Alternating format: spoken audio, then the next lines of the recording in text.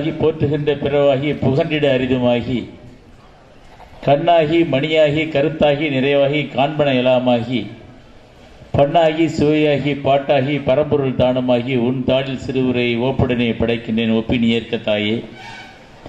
மதிப்பிற்கும் மரியாதைக்கும் உரிய இப்பள்ளியினுடைய தாராளர் ஐயா அவர்களே, ஞானசம்பந்தம் அவர்களே,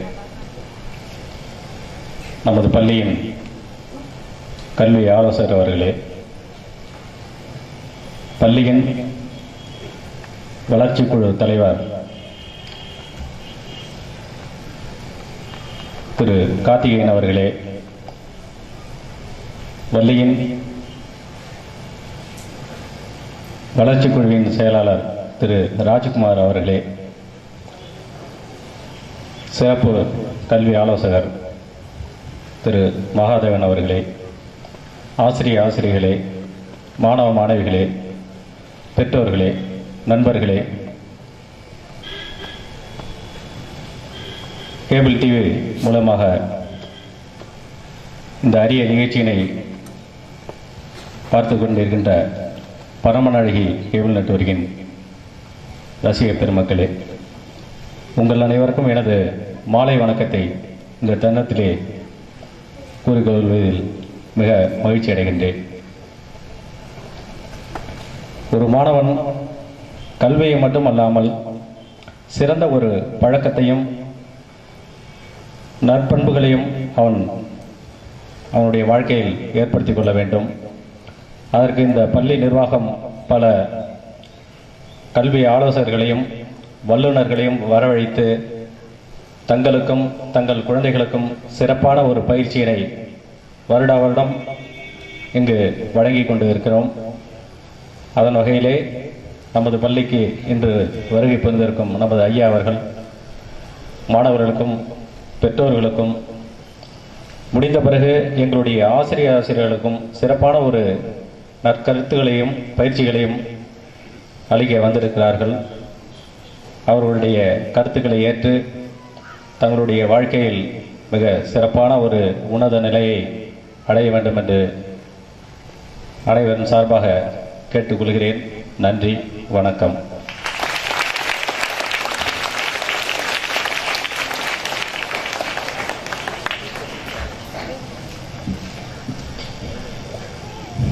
சிறப்புரை வழங்குவதற்கு ஐயா அவர்கள், நாங்கள் நேற்றெல்லாம் இங்கே மழை வருமோ என்று பயந்தோம். ஆனால் உங்களுக்கு இப்பொழுது தமிழ் மழை பொழியும், கருத்துக்கள் பல குவியும். நீங்கள் அவைகளையெல்லாம் உள்வாங்கி உளமாற எடுத்துக்கொண்டு அதை பயனுள்ளதாக மாற்றிக்கொள்ள வேண்டும் என்று ஐயா தாளர் அவர்கள் கூறியதைப் போல பயன்படுத்திக் கொள்ள வேண்டும் என்று அன்போடு கேட்டுக்கொண்டு முனைவர் ஐயா அவர்களை அன்போடு அழைக்கின்றோம். பேரன்பிற்கும் வணக்கத்துக்கும் மரியாதைக்கும் உரிய புகழும் பெருமையும் மிக்க இந்த இனிய பள்ளியினுடைய நல்விழாவிலே என்னை மறுவடாக அழைத்து பேசுவதற்கான நல்ல வாய்ப்பை தந்திருக்கக்கூடிய பள்ளியினுடைய தாளாளர் வணக்கத்துக்குரிய வெற்றி செல்வன் ஐயா அவர்களுக்கு என்னுடைய முதல் வணக்கத்தை நான் மகிழ்வோடு தெரிவித்துக் கொள்கிறேன்.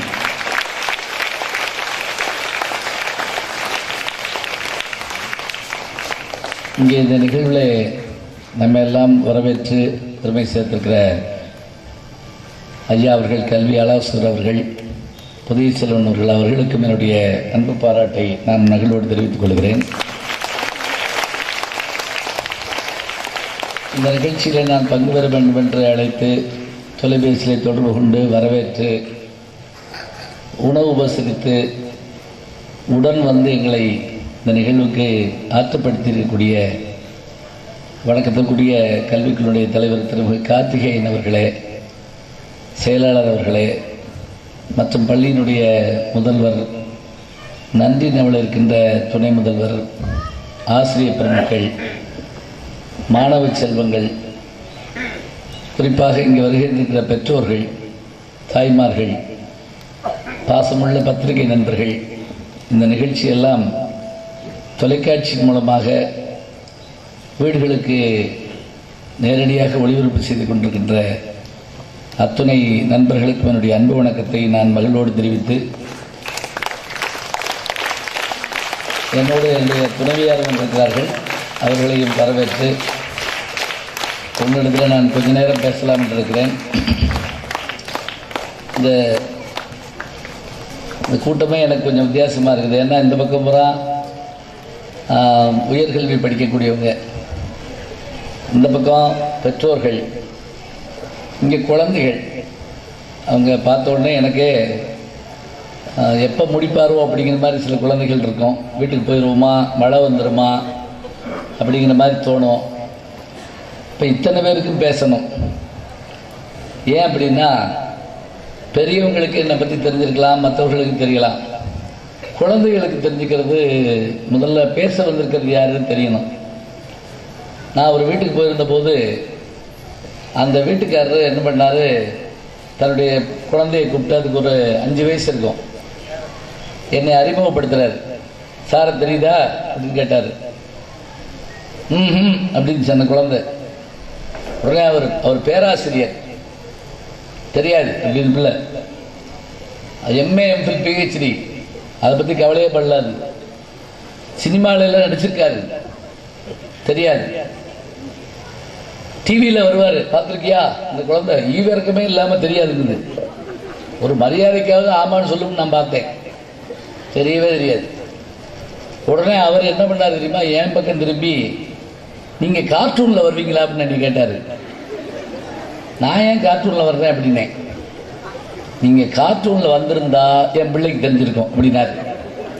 அதுக்காக நான் சோட்டா பீமா வர முடியுமா சொல்லி பார்ப்போம். இந்த பாருங்க, சோட்டா பீம் சொன்னவொன்னே தான் சந்தோஷப்படுதுங்க, தெரியாது. அப்போ கல்லூரியில் மட்டும் பேராசிரியராக இருந்தால் கல்லூரிக்கு தெரியும். இப்போ நாங்கள்லாம் ஏன் இந்த மாதிரி வெளியில் வர்றோம் அப்படின்னா, நான் இப்போ இந்த பேச்சு பேசுகிறேன்னு வைங்க, இதை என் வகுப்பறையில் உட்காந்து பேசுகிறேன்னா ஒரு 40 பேர் கேட்கும். சில சமயம் அதில் ஒரு 25 பேர் தூங்கினாலும் தூங்குவாங்க. அதே பேச்சை இந்த மாதிரி மைக்கில் பேசுனேன்னா ஒரு 2000 பேர் கேட்கலாம். அதே பேச்சை வானொலியில் பேசுகிறேன்னு வச்சுக்கோங்க, வானொலின்னா தெரியாதுன்னு நினைக்கிறேன், ரேடியோ அப்படி வச்சுக்கிடுவோம் தமிழில். ரேடியோவில் பேசுனா, எஃப்எம் ரேடியோ அப்படின்னா, அது அநேகமாக நம்ம ஆசிரியெலாம் கூட உட்காந்துங்களேன், சும்மா உட்காந்து கேளுங்க.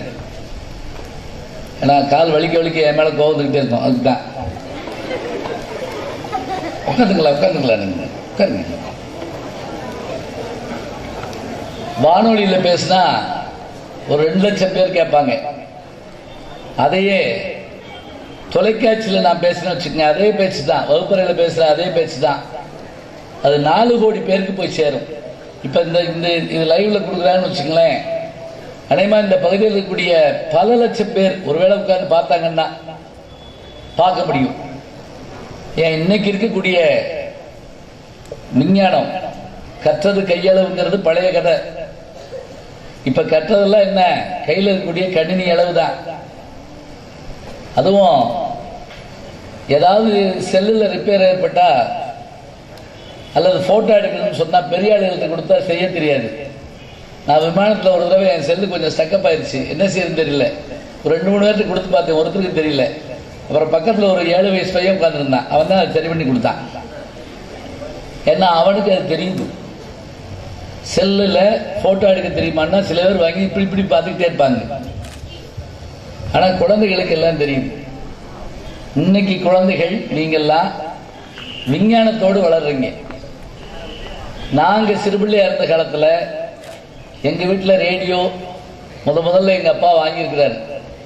நான் சொல்கிறது ஒரு 50 வருஷத்துக்கு முதல்ல வச்சுக்கோங்க. எங்கள் அப்பா தமிழாசிரியர். இந்த ரேடியோ வாங்குறதுக்கு அவ்வளோ திட்டம் போட்டாங்க எங்கள் வீட்டில், 5 ஆண்டு திட்டம் மாதிரி. ஏன்னா ரேடியோ வாங்குறதா இருந்தால் செலவு கூடாகும். அதனால ஒருவேளை காப்பியை நிப்பாட்டணும், ஒருவேளை சாப்பாட்டில் காய்கறி நிப்பாட்டு, இப்படிலாம் பிளான் போட்டு. ஏன்னா சொந்த அப்போல்லாம் இலவசமாக கொடுக்க மாட்டாங்க.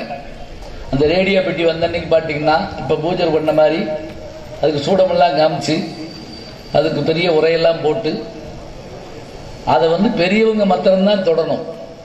நான் சின்ன பிள்ளையா இருக்க தெரியாம நான் ரேடியோ போட்டேன்னு வச்சுக்கங்களேன், குடும்பமே ஷிஃப்ட் போட்டு அடிப்பாங்க. நீ ஏன் தொட்ட ஏன் தொட்ட ஏன் தொட்டன்னு போற வர்றவன் தான் அடிப்பான். ஒரு வாரம் கழிச்சு அந்த ரேடியோ ரிப்பேர் ஆனாலும் என்னைத்தான் சொல்லுவாங்க, அன்னைக்கு வந்தா போட்டான் அப்படின்னு. நான் சின்ன பிள்ளையில ரேடியோ போட்டதே கிடையாது. இன்னைக்கு எங்க வீட்டில் டிவி, டெக்கு, சிஸ்டம் எல்லாமே இருக்கு. என் பிள்ளைகளும் என் பேரனும் என்னை தொட விட மாட்டேங்கிறாங்க.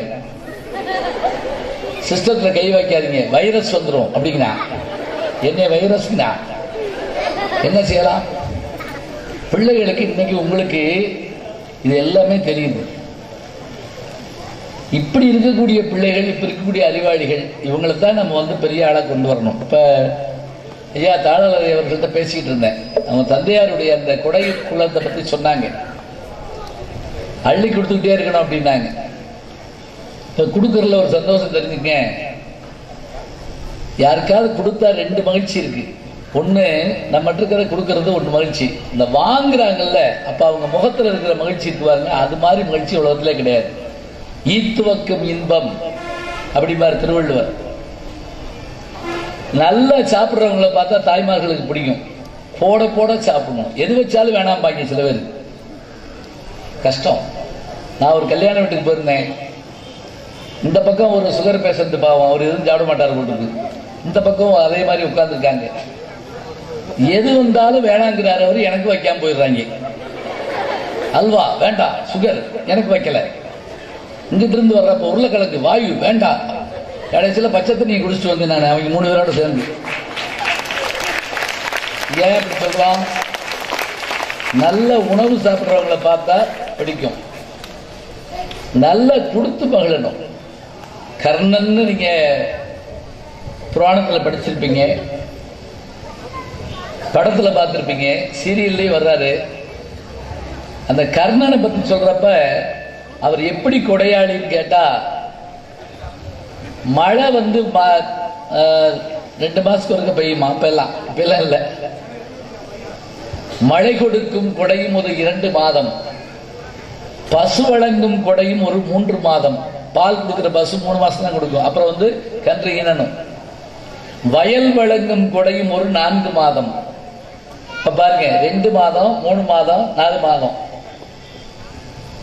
சொல்லிட்டே வர்றாங்க. சொல்லிட்டு, ஆனால் பார்த்திபனாம் கர்ணனுக்கோ 4 மாதம். என்ன கொடுப்பான், எவை கொடுப்பான் இவர்கள் என்னும் முன்னே பொன்னும் கொடுப்பான், பொருளும் கொடுப்பான், போதாது போதாது என்றாலும் இன்னும் கொடுப்பான், இவையும் குறைவென்றால் எங்கள் கர்ணன். என்ன அழகான வார்த்தை பாருங்க.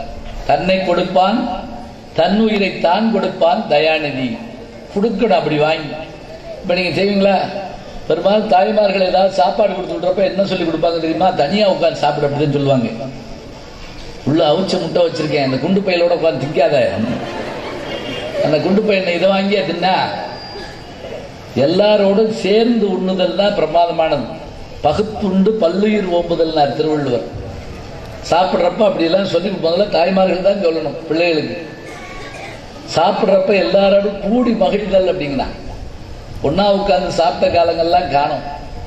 இப்ப அவங்க தந்தையாருடைய அந்த கொடை இன்னைக்கு சொன்னாங்க. ஐயா, இங்க முதல் மதிப்பெண் வாங்கின ஒரு மாணவருக்கு எல்கேஜிலிருந்து அவர் படிச்சுட்டு வந்த அத்தனை இந்த டியூஷன் ஃபீஸ் பணம் எல்லாத்தையும் நாங்க திரும்ப கொடுத்து நீங்க உயர்கல்வி படிங்கன்னு நாங்க அனுப்பணும்னு சொன்னாரு. நான் அதை கேட்டோன்னு ரொம்ப நெகிழ்ந்து போனேன். ஏன்னா அதாவது கல்வி கொடுக்குற பணம் தான் பெருசு, அது மாதிரி வராது. அது ரொம்ப சந்தோஷமான விஷயம். அப்படியான ஒரு பாரம்பரியமான பள்ளி. இதுலதான் நாம என்ன பண்ணணும் அப்படின்னா, முதல்ல குழந்தைகளுக்கு ஏற்றபடியாக, உங்களுக்கு ஏற்றபடியாக, அவர்களுக்கு ஏற்றபடியாக பேசணும். நான் கூட சொல்லியிருக்கேன், அடுத்த முறை வர்றப்ப பெற்றோர்களுக்கு ஒரு கூட்டம், +2க்கு ஒரு கூட்டம், இவங்களுக்கு ஒரு கூட்டம், அப்படித்தான் பிரிக்கணும். இல்லைன்னா கொஞ்சம் கஷ்டம். என்ன கேம் விளையாடுறோம்னு எனக்கே தெரியல. இப்ப இல்லை, இங்க திரும்பி பார்க்கறதுக்குள்ள இங்க கொட்டாய் விட்டுறாங்க சில பையன். இங்கேயாவது நீங்க சேர் போட்டு உட்கார வச்சிருக்கீங்க. சில பள்ளிக்கூடத்துல தரையில உட்கார வச்சு ஒருத்தர் 1.5 மணி குழியே தோண்டிட்டான். அப்படியே பேசிக்கிட்டே இருக்க, தோண்டிக்கிட்டு நான் உள்ள கூடி போயிடுவாடாங்கன்னு நினைச்சேன் நான். அப்படியே ஏன்னா அது புரிகிற வயசு இல்லை. இப்போ நான் பிரமாதமான ஒரு திருக்குறளை என்னமோ சொல்கிறேன்னு வச்சுக்கோங்க, எப்படி இருக்கும்? கண்ணீர் வரும் சில பேருக்கு. என்னமோ பேசுனேன் பாவம், என்னன்னு தெரியல. ரிமோட் இருந்தால் மாற்றிடலாம். இப்போ எப்படி மாற்றுவீங்க? நீ மாற்ற முடியாது. கர்ணனை எதுக்கு சொன்னேன் தெரியுங்களா? கொடுக்கறதுனா அப்படி கொடுக்கணும்னு ஏன் சொன்னேன் அப்படின்னா, மகாபாரத கதையில் அவன் போர்க்களத்தில் அடிபட்டு கிடப்பான். பார்த்துருப்பீங்க, சினிமாவிலெல்லாம் பார்த்துருப்பீங்க. போர்க்களத்தில் அடிபட்டு கிடப்பான். இந்த உள்ளத்தில் நல்ல உள்ளம் உறங்காது என்பது வல்லவன் வகுத்ததடா கர்ணா, வருவதை எதிர்கொள்ளடான்னு கிருஷ்ணன் பாடிக்கிட்டே வருவார். தாய்க்கு நீ மகன் இல்லை, தம்பிக்கு அண்ணன் இல்லை. இந்த உலகத்தில் ஒருத்தர் முன்னுக்கு வரணும்னா 4 பேர் வேணும்பாங்க. மாதா, பிதா, தெய்வம்.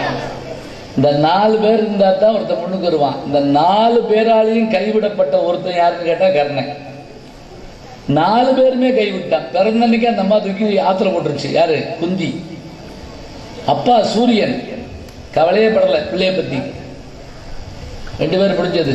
3வது குருநாதர் பரசுராமர் பாடம் படிக்க போனான். பொய் சொல்லிட்டாங்கிறதுக்காக நீ படிச்சதெல்லாம் மறந்து ஓட்டுட்டார்.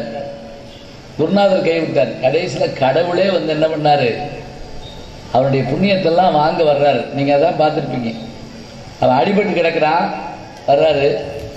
வந்த உடனே நீங்கள் யாருன்னு கேட்குறான் கர்ணன். நான் இமயமலையிலிருந்து வர்றேங்கிறார். கிருஷ்ண பரமாத்மா ஒரு அந்தன வடிவத்தில் வந்து இமயமலையிலிருந்து ஏத்தாப்புல இருந்து இறங்கி வர்றாரு. ஆனால் இமயமலையிலிருந்து வர்றாராம். என்ன வேணும்னு கேட்டான். அப்போ அவர் சொன்னார், நீ இது வரைக்கும் செஞ்ச புண்ணியம் இருக்குல்ல, அதெல்லாம் எனக்கு கொடுக்கணும் அப்படின்னாரு. அப்படியே சந்தோஷப்பட்டுட்டான் கர்ணன். ஏன் தெரியுமா? நான் எதை தரணும்னு நினைச்சனோ அதை நீ கேட்குற. நான் தர முடியாதுன்னு நீ கேட்டால் நான் என்ன பண்ணுவேன்? புளியோதரை வேணும்னு கேட்டேன்னு வை. நான் இப்போ எங்கே போய் புளியோதரைக்கு? போர்க்களத்தில் புளியோதரை கிடைக்குமா? கிடைக்காது. அப்போ என்ன பண்ணுறது? நான் தரத்தக்கது நீ கேட்ட அப்படின்னு சொன்ன உடனே தன்னுடைய மார்பில் இருந்த அம்பை உருவி அதில் வந்த ரத்தத்தை எடுத்து அந்த அந்தன வடிவில் வந்த கிருஷ்ண பரமாத்மா கையில் அப்படி ஊற்றுனாராம். இப்போ நீங்கள் வகுப்பில் கேள்வி கேட்குற பிள்ளைகளாக இருந்தால் ஒரு கேள்வி கேட்கலாம். எப்படி கேட்கலாம் தெரியுமா? அவன் செஞ்ச புண்ணியமெல்லாம் கொடுத்துட்டான்னு சொன்னால் இப்போ ஒரு புண்ணியம் செஞ்சுருக்கானே, அப்போ என்ன பண்ணுறது? ஏன்னா புண்ணியமெல்லாம் கொடுத்தா தான் உயிரை வாங்க முடியும். எல்லா புண்ணியத்தையும் தந்தேன்னு சொன்னால் அது ஒரு புண்ணியம் இல்லையா? அப்போ அதுக்கு தான் என்ன சொன்னாங்கன்னா செய் புண்ணியம் அப்படின்னாங்க. நான் செய் புண்ணியம்னா என்ன அர்த்தம்னா, செய்த புண்ணியம், செய்ய போகிற புண்ணியம், செய்து கொண்டிருக்கிற, இதுக்கு பேர் என்ன தமிழ்ல? என்ன? வினைத்தொகை. வினைத்தொகை அருமையா சொல்றீங்க. வினைத்தொகைனா என்ன? 3 காலத்துக்கும் பொருந்துகிறது. ஊறுகாய், ஊரினகாய், ஊரும் காய். எல்லா புண்ணியமும் கொடுத்தான். அப்படி அவன் கொடுத்த உடனே கிருஷ்ண பரமாத்மா தான் உருவத்தை மாத்திட்டு மகாவிஷ்ணுவாக அவனுக்கு காட்சி கொடுத்துட்டு கேட்டாராம், உனக்கு என்ன வேணும்னு கேட்டிருக்காரு. நல்லா கவனிங்க. அவன்கிட்ட புண்ணியத்தை வாங்க வந்தார். உனக்கு என்ன வேணும்னு கேட்டார். அவன் என்ன சொன்னா, வழக்கமா இந்த மாதிரி மகாவிஷ்ணுவாகிய உன்னை பார்க்கணும்னா காட்டில் போய் தவம் பண்ணணும், கல்லில் முள்ளில் படுத்திருக்கணும், என்னென்னமோ பண்ணணும். நான் ஒன்றும் பண்ணலை, ஆனால் உன்னை நான் பார்த்துட்டேன். ஒருவேளை இன்னொருக்க நான் மனுஷனா பிறந்தா யாரு வந்து கேட்டாலும் இல்லைன்னு சொல்லாத எனக்கு ஒரு மனசை கொடு. இப்போ நீங்கள் கொடுக்கலாமா வேணாமான்னு 10 நேரம் ஆகிப்போம். ஒரு பணக்காரர் உட்கார்ந்துருந்தார், வீட்டில் சேர் போட்டு உட்கார்ந்துருந்தார். அந்த பக்கமாக ஒரு பிச்சைக்காரன் போனான். ஐயா கொஞ்சம் சாப்பாடு போடுங்க அப்படின்னா, இல்லை போ. ஒரு கிழிஞ்ச சட்டை கொடுங்கயா அப்படின்னா, கிடையாது. ஒரு ரூபா கொடுங்கயான்னா, இல்லை. அப்போ வாங்கயா பிச்சை எடுப்போம் அப்படின்னா, நான் கேட்குற எதுவுமே உன்கிட்ட கிடையாது. நீ எதுக்குள்ள சேர் போட்டு உட்காந்துருக்க? நீ என்ன பணக்காரனா? நான் கேட்கறதுல நீ இல்லைங்கிற. அவன் என்ன சொன்னா, இருக்கிறது பெருசு இல்லை, கொடுக்கறது தான் பெருசு. இல்லை என்று வருவோருக்கு இல்லை என்று சொல்லாத இதயம் நீ அருளல் வேண்டும்னா, இதுதான் உண்மை. இப்ப நல்லா கவனிங்க. இவர் சொல்லிட்டு அது கேட்ட உடனே, உனக்கு தந்தேன், அத்தனையும் தந்தேன், சொல்லிட்டு முடிவில் முத்தியும் தந்தேன் முடிச்சுட்டு கிளம்பி போயிட்டார். இதோட கதையை முடிக்கப்படாது. இப்போ ஒரே ஒரு கேள்வி உங்கள்கிட்ட கேட்குறேன்னு நீங்கள் பயந்துடாதீங்க. கேள்வின்னு கேட்டால் சிலருக்கு முகம் மாறி போகும். நான் பார்த்துருக்கேன். எந்திரி அப்படின்னா நெஞ்சு வலி வந்துடும் சில பேருக்கு. 1000 பேசுவீங்க, எந்திரினா போச்சு. இப்போ ஃபர்ஸ்ட் இயர் சேர்ந்த ஒரு பையனை உன் பேர் என்னன்னு தான் கேட்டேன் நான். அவன் எந்திரிச்சு கண்ணெல்லாம் தொடச்சிட்டு நான் நேற்று லீவு சார் அப்படின்னா. இப்படி ஒரு பேரை வைப்பாங்க. ஏன் தெரியுமா? எந்திரிச்சு பேரை சொல்லுன்னு சொன்னோடனே நம்ம பயந்துடுறோம். ஒன்றும் இல்லை, வாங்க வந்த கிருஷ்ண பரமாத்மா ஏன் அவனுக்கு ஒரு வரம் கொடுக்கிறாரு? ஏன் கொடுத்தாரு? யாருக்காவது தெரியுமா? ஒன்றும் கவலைப்படாதீங்க. எந்த கேள்வி நான் பேசுறப்ப கேட்டாலும் நானே பதில் சொல்லிடுவேன். ஏன்னா என் வகுப்புல நான் அதைத்தான் செய்கிறேன். நானே கேட்பேன், நானே பதில் சொல்லிடுவேன். எதுக்கு நமக்கு ஊர்பகை? ஒரு அப்பா ஒரு பையனை கேட்டாராம், உங்க வகுப்புலேயே நல்லா படிக்கிறது யாரு? எங்க வாத்தியாரு அப்படின்னு இருக்காங்க. ஏன்னா அவர் தானே 10 வருஷமா அதையே படிச்சுட்டே இருக்காரு. இப்ப கேள்வி என்ன? கர்ணனிடம் புண்ணியத்தை பெற வந்த கிருஷ்ண பரமாத்மா வரம் கொடுத்துட்டு போறாரு ஏன்? இதுதான் கேள்வி. பதில் என்ன தெரியுமா? கிருஷ்ண பரமாத்மா கொடுக்குறாரு கிட்ட, அதெல்லாம் இருக்கட்டும். இவன் அந்த ரத்தத்தை அப்படி கையில விட்டா பாருங்க, தான் செஞ்ச புண்ணியத்தை எல்லாம் அப்படி ரத்தத்தை கொடுத்தான் இல்லையா, வாழ்நாளெல்லாம் கொடுத்தான் இல்லையா, அந்த கொடுத்தவனுடைய ரத்தம் இவர் கையில பட்ட உடனே இவருக்கும் ஏதாவது கொடுக்கணும் போல ஒரு ஆசை வந்ததான். கொடையாளியினுடைய ரத்தம் தான் கையில பட்ட உடனே நாம ஏதாவது கொடுத்தன, நல்லவனோடு சேர்ந்தாத்தான் நல்ல எண்ணம் வரும். அதுக்கு தான் இதெல்லாம் வைக்கிறாங்க. கெட்டவனோடு சேர்ந்தா அவனை காட்டிலும் கெட்டவனாயிடுவோம் நம்ம. அப்ப அந்த ஒரு காரணத்துக்காக கொடையை பற்றி நம்ம இவ்வளவு தூரம் பேசுறோம். இத்தனை தன்மை இவையெல்லாம் நம்மகிட்ட இருக்கணும். இவருடைய தந்தையாரை பற்றி அவர்கள் சொன்னது ரொம்ப அருமையான ஒரு விஷயம், கொடை கொடுப்பது என்பது. அதே போல படிச்சுட்டு வரக்கூடிய நீங்க பெரிய உயர்வுக்கு சிந்தனைக்கு எல்லாம் வரணும்னு சொன்னா அதுக்கு சில வழிகள் வச்சிருக்கிறாங்க. என்ன அப்படின்னா, நம்முடைய முன்னோர்கள் சொன்னது, மதிப்பெண் நிறைய வாங்கணுமா? உண்மைதான், வாங்கணும். இப்ப தாய்மார்கள்லாம் இங்க வந்திருக்காங்க, நமக்கு தெரியும். எல்லாருக்கும் என்ன கவலை? பிள்ளை ஃபர்ஸ்ட் ரேங்க் வரணும். அதுக்கு தான் பெரும்பாடு படுறோம். அதுவும் நான் படிக்கிற காலத்தில் பள்ளிக்கூடம் போறதெல்லாம் வேற, இப்ப பள்ளிக்கூடம் போறது வேற. நான் படிக்கிறப்ப பள்ளிக்கூடத்துக்கு 9 மணின்னா நான் 8 மணிக்கு கிளம்பி இங்கிட்டு பள்ளிக்கூடம் இருக்குன்னா இப்படி கூடி போவேன். தெருவெல்லாம் சுத்தி நான் என் பள்ளிக்கூடத்துக்கு போயிடுவேன். நான் காணா போனதே இல்லை.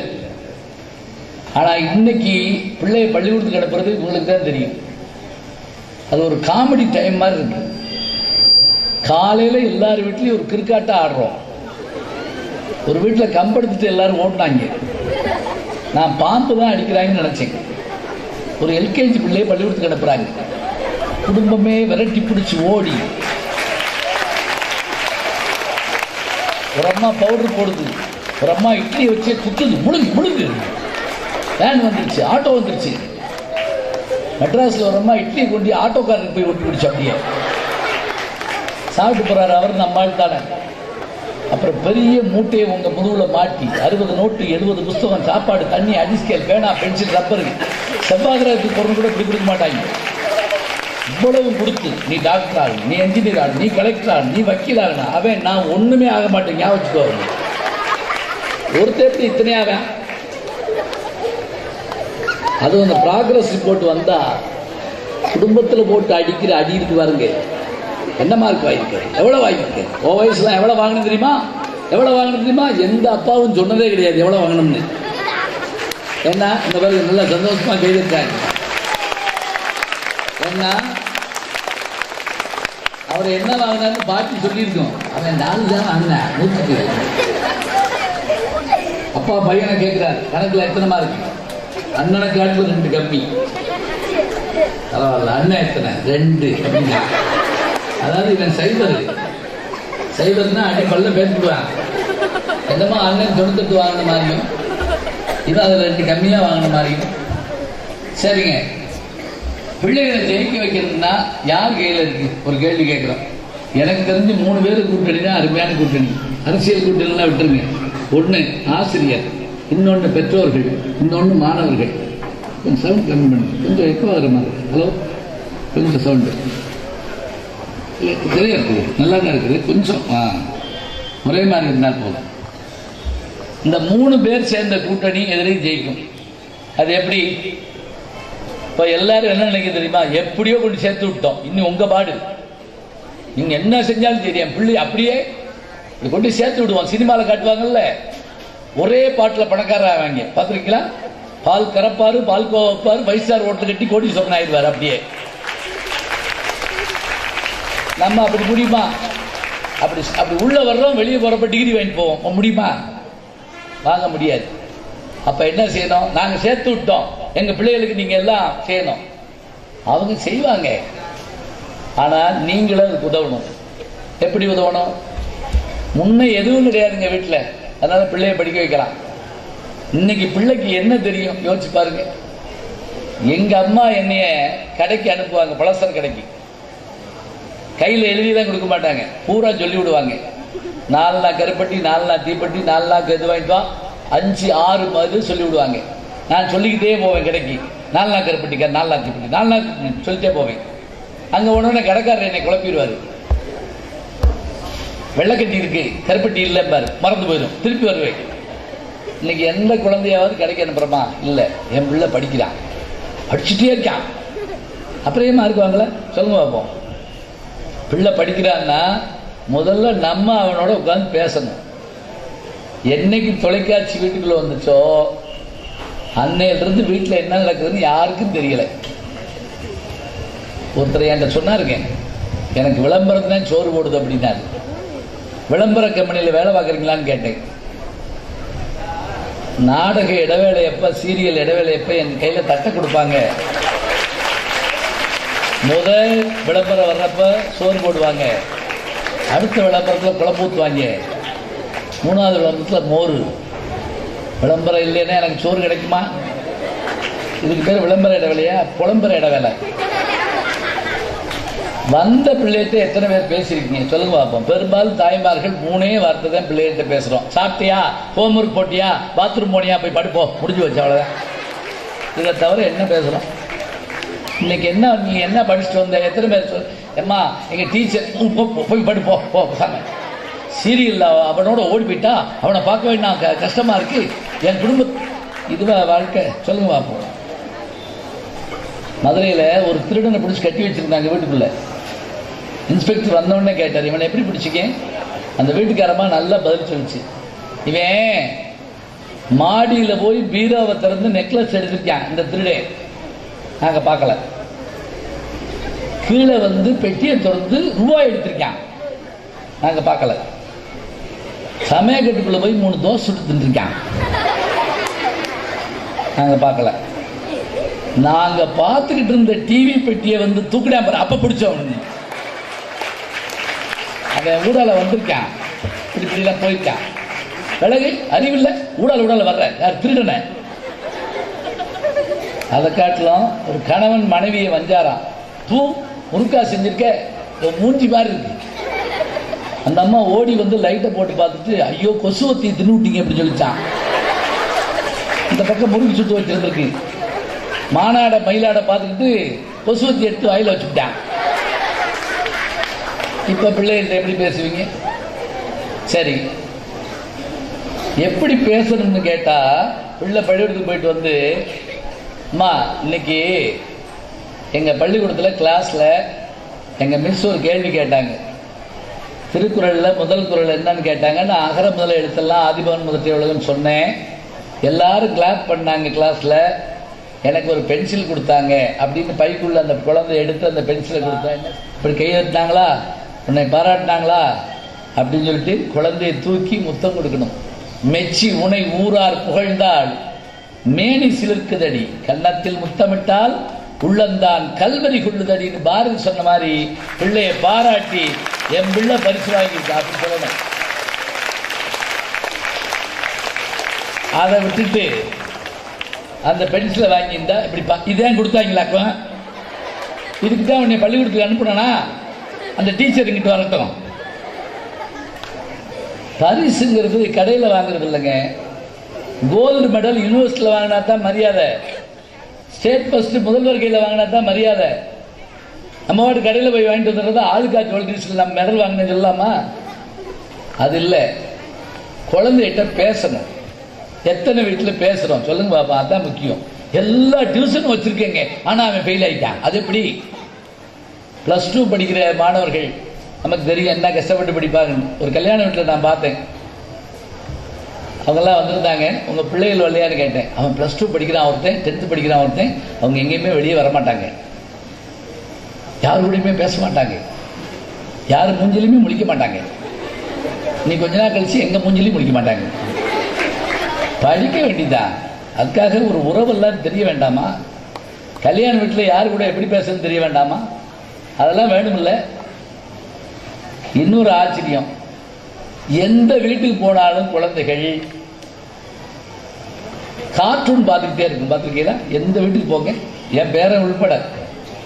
ஒரு வீட்டில் நான் பார்த்தேன், குடும்பமே உட்காந்து தாத்தா பாட்டி அம்மா அப்பா அத்தை சித்தப்பா மகன் தம்பி 22 பேரும் சேர்ந்து கார்ட்டூன் பார்த்துருக்காங்க. நான் நினைச்சேன் குடும்பமே லூசு குடும்பம் போட்டுருக்கு. என்னன்னு பார்த்தா முன்னாடி 1.5 வயசு பிள்ளை கையில் ரிமோட் இருக்கு. அதை புடுங்கினா அது உருண்டுருது அப்படியே. அதனால அத்தனை பேரும் உட்காந்து பார்த்துட்டு இருக்காங்க. நான் ஒரு டாக்டர்கிட்ட கேட்டேன், எப்போ பார்த்தாலும் சின்ன குழந்தைகள் கார்ட்டூன் பார்க்குதே ஏன்னு கேட்டேன். அதுக்கு அவர் அருமையாக பதில் சொன்னாருங்க. என்ன சொன்னார் தெரியுமா? குழந்தைகள்கிட்ட பேசுறதுக்கு ஆள் வேணும். முன்னெல்லாம் ஞாபகம் வச்சுக்கோங்க, நிறைய குழந்தைகள் வீட்டில் இருக்கும். எங்கள் வீட்டில் 11 பேர், அதில் நாங்கள் 5 பேர் பாக்கி வச்சுக்கோங்க. 14 குழந்தை, 11 குழந்தை, 13 குழந்தை எல்லாம் இருந்துச்சு. என் குசலுக்கு 27 குழந்தைகள் கேள்விப்படுறோம்ல. இன்னைக்கு எப்படியா? ஒரு வீட்டில் 5-6 குழந்தை, 2-3 குழந்தை, 2 குழந்தை தெரியும், ஒரே குழந்தை. குழந்தையோடு விளையாட இடம் இல்லை. முன்னெல்லாம் ஒரு குழந்தை இன்னொரு குழந்தையோட விளையாடும். அதனால அதுக்கு ஈவு இறக்கம் அன்பு கருணை பாசம்லாம் தெரியும். இப்ப பூரா வீடியோ கேம்ஸ், எந்திரத்தோடய விளையாண்டு எந்திரமா மாறி போறான் பையன். ஞாபகம் வச்சுக்கோங்க, கூட விளையாட பிள்ளை இல்லை. அதான் பெரிய கொடுமை. அப்ப அந்த குழந்தைகளோட பேசணும். கார்ட்டூன் ஏன் பார்க்குறாங்கன்னு அவர் சொன்னாரு, பிள்ளைகள் யார்கிட்டயாவது பேசணும்னு விரும்புவாங்க, பேச ஆள் இல்லை. உதாரணமா ஒரு சின்ன குழந்தை காலையில் எந்திரிக்குன்னு வைங்களேன், 2 வயசு குழந்தை எந்திரிக்குது. அப்பாட்ட போய் பேசலாம்னு போகுமா. அவர் பெரும்பாலும் ஹிந்து பேப்பருக்குள்ள இருப்பாரு, இல்லாட்டி லேப்டாப்ல உட்காந்துருப்பாரு. போய் அப்பா அப்படிங்கம்மா, போ போ கொண்டுருவேன், போ நம்மள போ, கிட்ட வந்து தொலைச்சிருவேன், போ. அப்பா பேசல. அம்மா தாய்மார்கள் நீங்க காலையில் ஒவ்வொரு தாய்மாரும் அஷ்டாவதானி. அஷ்டாவதானி என்ன தெரியுமா? 8 வேலையை ஒரே நேரத்தில் செய்யறவங்களுக்கு பேர் அஷ்டாவதானி. உதாரணமா நான் பேசிட்டு இருக்கேன் 1, ஐயா கேள்வி கேட்பாரு, அதுக்கு நான் பதில் சொல்லணும் 2, அங்க இருக்க ஒரு கடன் போடுவாரு, போடுற 3, நீங்க ஒரு கவிதை வரி கொடுத்து சொல்லணும், அதுக்கு நான் பதில் சொல்லணும் 4, என் முதுகுல ஒருத்தர் தட்டிக்கிட்டே இருப்பாரு, எத்தனை நேரம் தட்டான்னு சொல்லணும் 5, அங்க உட்கார்ந்து ஒருத்தர் மணி அடிப்பாரு, எத்தனை நேரம் அடிச்சான்னு சொல்லணும் 6, 8, 10 வேலையை செஞ்சா தசாவதானி, 16 வேலையை செஞ்சா சோடசாவதானி, 100 வேலையை ஒரே நேரத்தில் செஞ்சா சதாவதானி. சதாவதானி செய்குத்தம்பி பாவலர் நம்ம நமக்குள்ள பிறந்தவர். 100 வேலையை, கம்ப்யூட்டரால முடியாத வேலையை நம்ம செய்ய முடியும். சகுந்தலா தேவின்னு ஒரு அம்மாவை கேள்விப்பட்டிருப்பீங்க, பெரிய கணித மேதை. அந்த பக்கம் கம்ப்யூட்டர், 12 கம்ப்யூட்டர், இந்த பக்கம் நம்ம. இந்த 12 கம்ப்யூட்டருடைய வேகத்தை காட்டில் ஈடு கொடுத்து நம்ம கணக்கில் ஃபர்ஸ்ட்ல வருது. நம்ம மூளை அவ்வளோ பிரெயின் அவ்வளோ பிரமாதமானது. தாய்மார்கள் காலையில் அஷ்டாவதானி எப்படி தெரியுமா? இப்படி ஒரு கையில் வறுத்துக்கிட்டு பிள்ளைக்கு சடை போட்டு அந்த பையனை கூப்பிட்டு ஒரு அறை விட்டு அதில் டிவியில் விருச்சக ராசி நேயர்களே ஒடியாந்து அதை ஒரு பார்வை பார்த்துட்டு, இதில் வாசலில் யாராவது காலிங் பெல் அடிப்பான், அங்கே போய் எட்டி பார்த்து, இதில் குளிக்க போன கணவர் துண்டை மறந்துருப்பார், அதை சுருட்டி இங்கேருந்து எரிஞ்சு, இதில் எதையாவது மாற்றி செய்ய முடியுமா? துண்டுக்கு பதிலாக கரண்டி கொண்டு எரிஞ்சோம்னு வைங்க, அதனால அப்படியே ஓடியாந்தாலும் ஓடியாந்துருவான். இப்போ இந்த குழந்தை அப்பாட்ட பேசாமல் அம்மாட்ட போய், இவ்வளவு டென்ஷனான அம்மாட்ட போய், அம்மா நட்சத்திரம் ஏமா வானத்தில் இருக்குன்னு கேட்கும். அம்மாவுக்கு எப்படி இருக்கும் பாருங்க, அந்த கரண்டியை வச்சு மண்டையில் ஒரு அடி. அப்புறம் என்ன உன் தலையிலையா இருக்கும்? ஏன் உங்க அப்பே மாதிரி லூசா அலைகிறாரு? அந்த பிள்ளை என்ன நினைக்கும்? நம்ம அப்பா கொஞ்ச நாள் புதுசாக என்ன போட்டுட்டு அப்பா பேசல, அம்மா பேசல, அண்ணன் ஒருத்தர் இருப்பான் எங்கிட்ட படிக்கிறவன், அவன் பேச்சு அவனே கேட்க மாட்டாங்கன்னு சொல்லிட்டாங்க. அவன் எங்க இருக்கான்னு அவனை கண்டுபிடிக்கவும் முடியாது. கும்பளை பிள்ளைகள் இங்க உட்காந்துருக்க மாதிரி கல்லூரி பிள்ளைகள் எல்லாம், பிள்ளைகளுக்கு என்ன வேலை? பெரும்பாலும் செல்ல பேசிக்கிட்டே இருக்குங்க. செல்ல பிள்ளைகள் எல்லாம் விடாம பேசிக்கிட்டே இருக்கு. அதுவும் இவங்கெல்லாம் இந்த செல் பேசுறத பார்த்தா ஆச்சரியமா இருக்கும். நம்ம வீட்டில் இருக்கக்கூடிய அக்கா அண்ணன் செல்லாம் பேசுறது நீங்க பாருங்களேன், பேசிக்கிட்டே இருப்பாங்க. திடீர்னு அப்பாவோ அம்மாவோ வந்துட்டா உடனே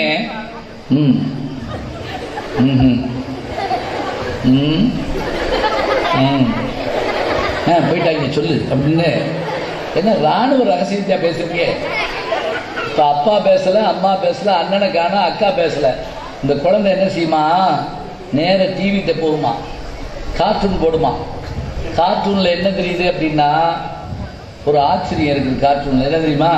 அதுல நாய் பேசும், நரி பேசும், புலி பேசும், கிளி பேசும், யானை பேசும், பாம்பு பேசும். குழந்தை ஆச்சரியத்தோட வீட்டுக்குள்ள பார்க்குமா. பேச வேண்டியவங்க எல்லாம் பேச மாட்டேங்கிறாங்க. அதுல பேசாததெல்லாம் பேசுதுன்னு சொன்னா நாம குழந்தையோட பேசினாதான் பிள்ளைகள் முதல்ல நல்லா படிக்கும். விஜய் டிவியில சூப்பர் சிங்கர் நிகழ்ச்சி ஜூனியர் நடந்துச்சு. என்னைய பரிசு கொடுக்க கூப்பிட்டுருந்தாங்க.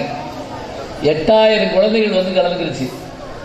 பரிசு வாங்க வர்ற ஒரு குழந்தை 8000 பேர் அப்படியே ஃபில்டர் பண்ணி 8-9 பேர் கொண்டு வந்துட்டாங்க. அதில் முதல் பரிசு வாங்குற குழந்தைக்கு வயசு ஒரு 10 வயசு இருக்கும், பொம்பளை பிள்ளை.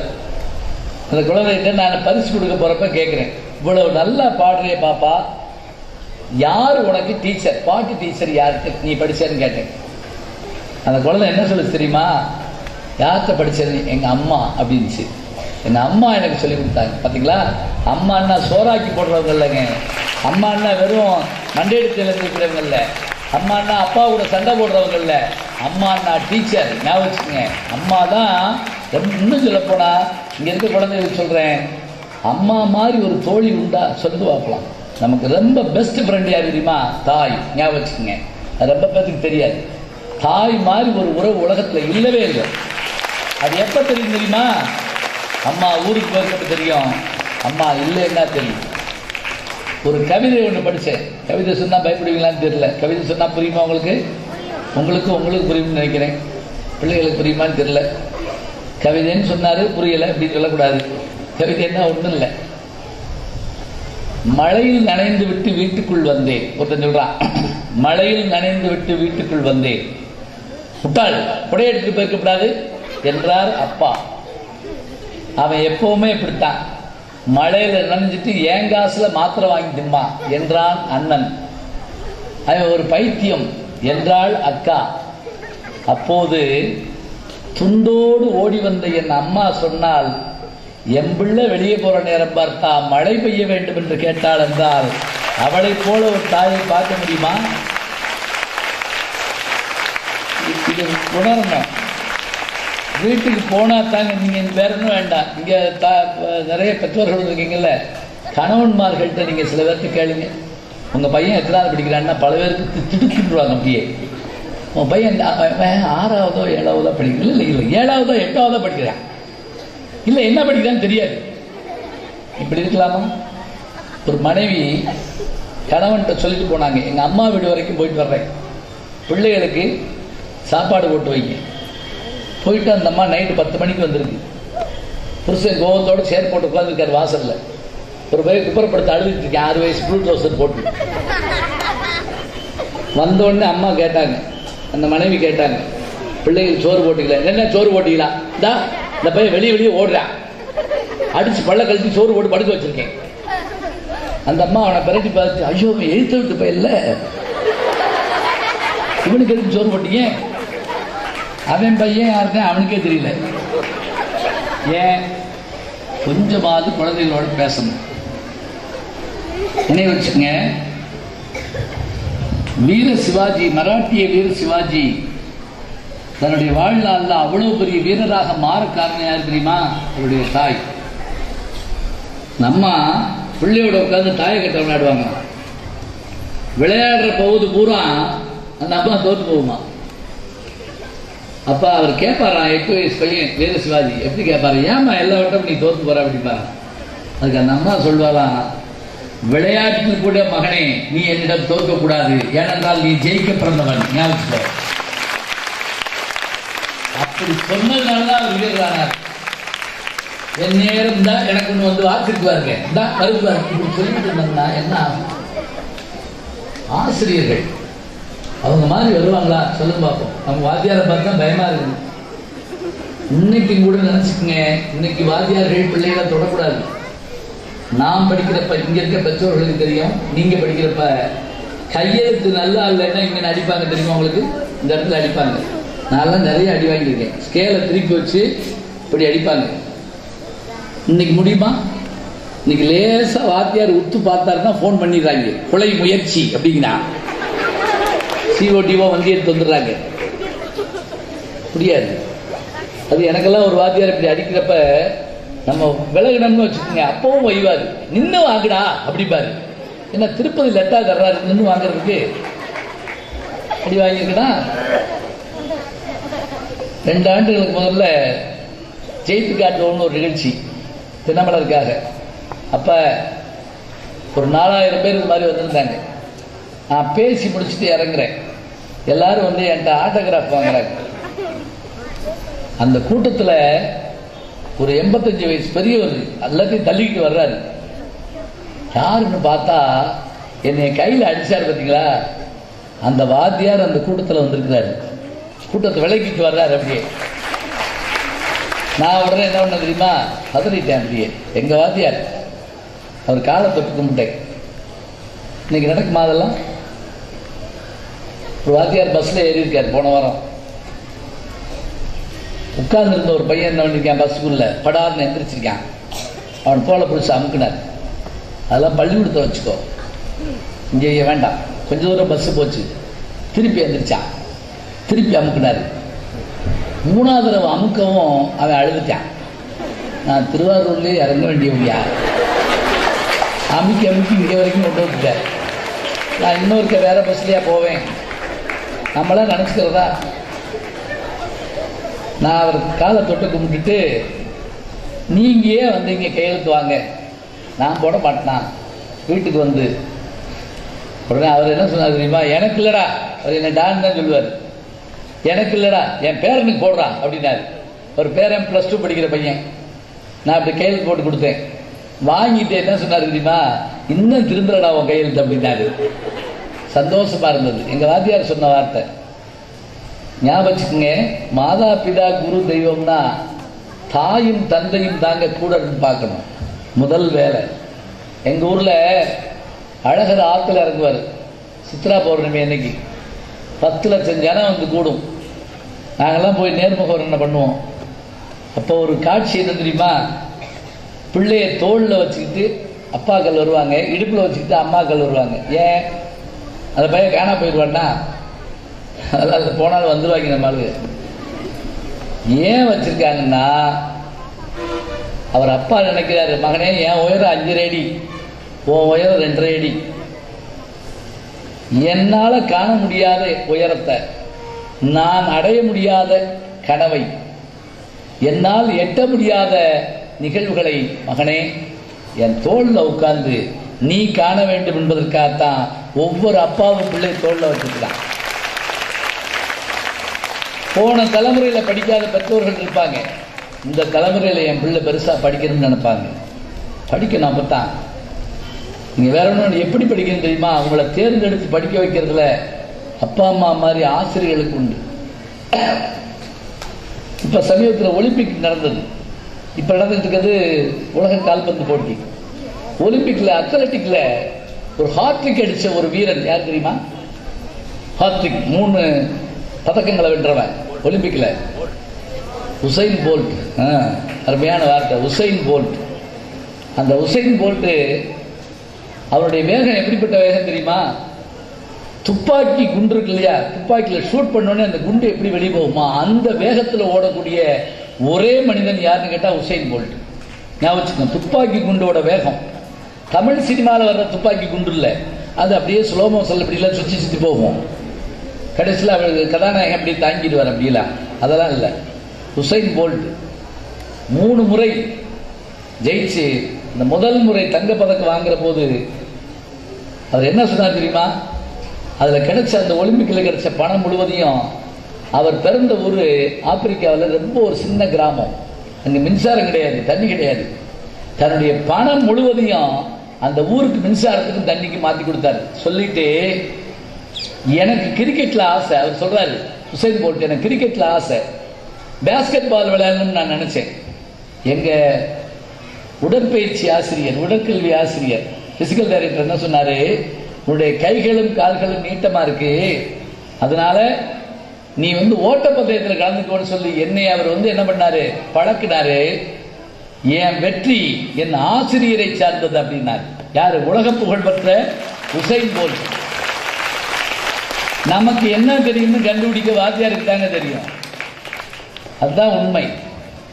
ஈஸ்வர வித்யாசாகர்னு ஒருத்தர் போன நூற்றாண்டில் வாழ்ந்தவர், மகா மேதை. சாகரன் என்ன? கடவுள், கடல், கடல், சீன் சொல்றதுல கடல். வித்யாசாகர் கல்வி கடல். இந்த இருக்காங்கல்ல நம்ம சரஸ்வதி, கல்வி கடல். அவர் குழந்தைகளுக்கு, பெண்களுக்கு, இளம் விதவைகளுக்கு என்ன பண்ணாரு? பள்ளிக்கூடம் நடத்தினாரு.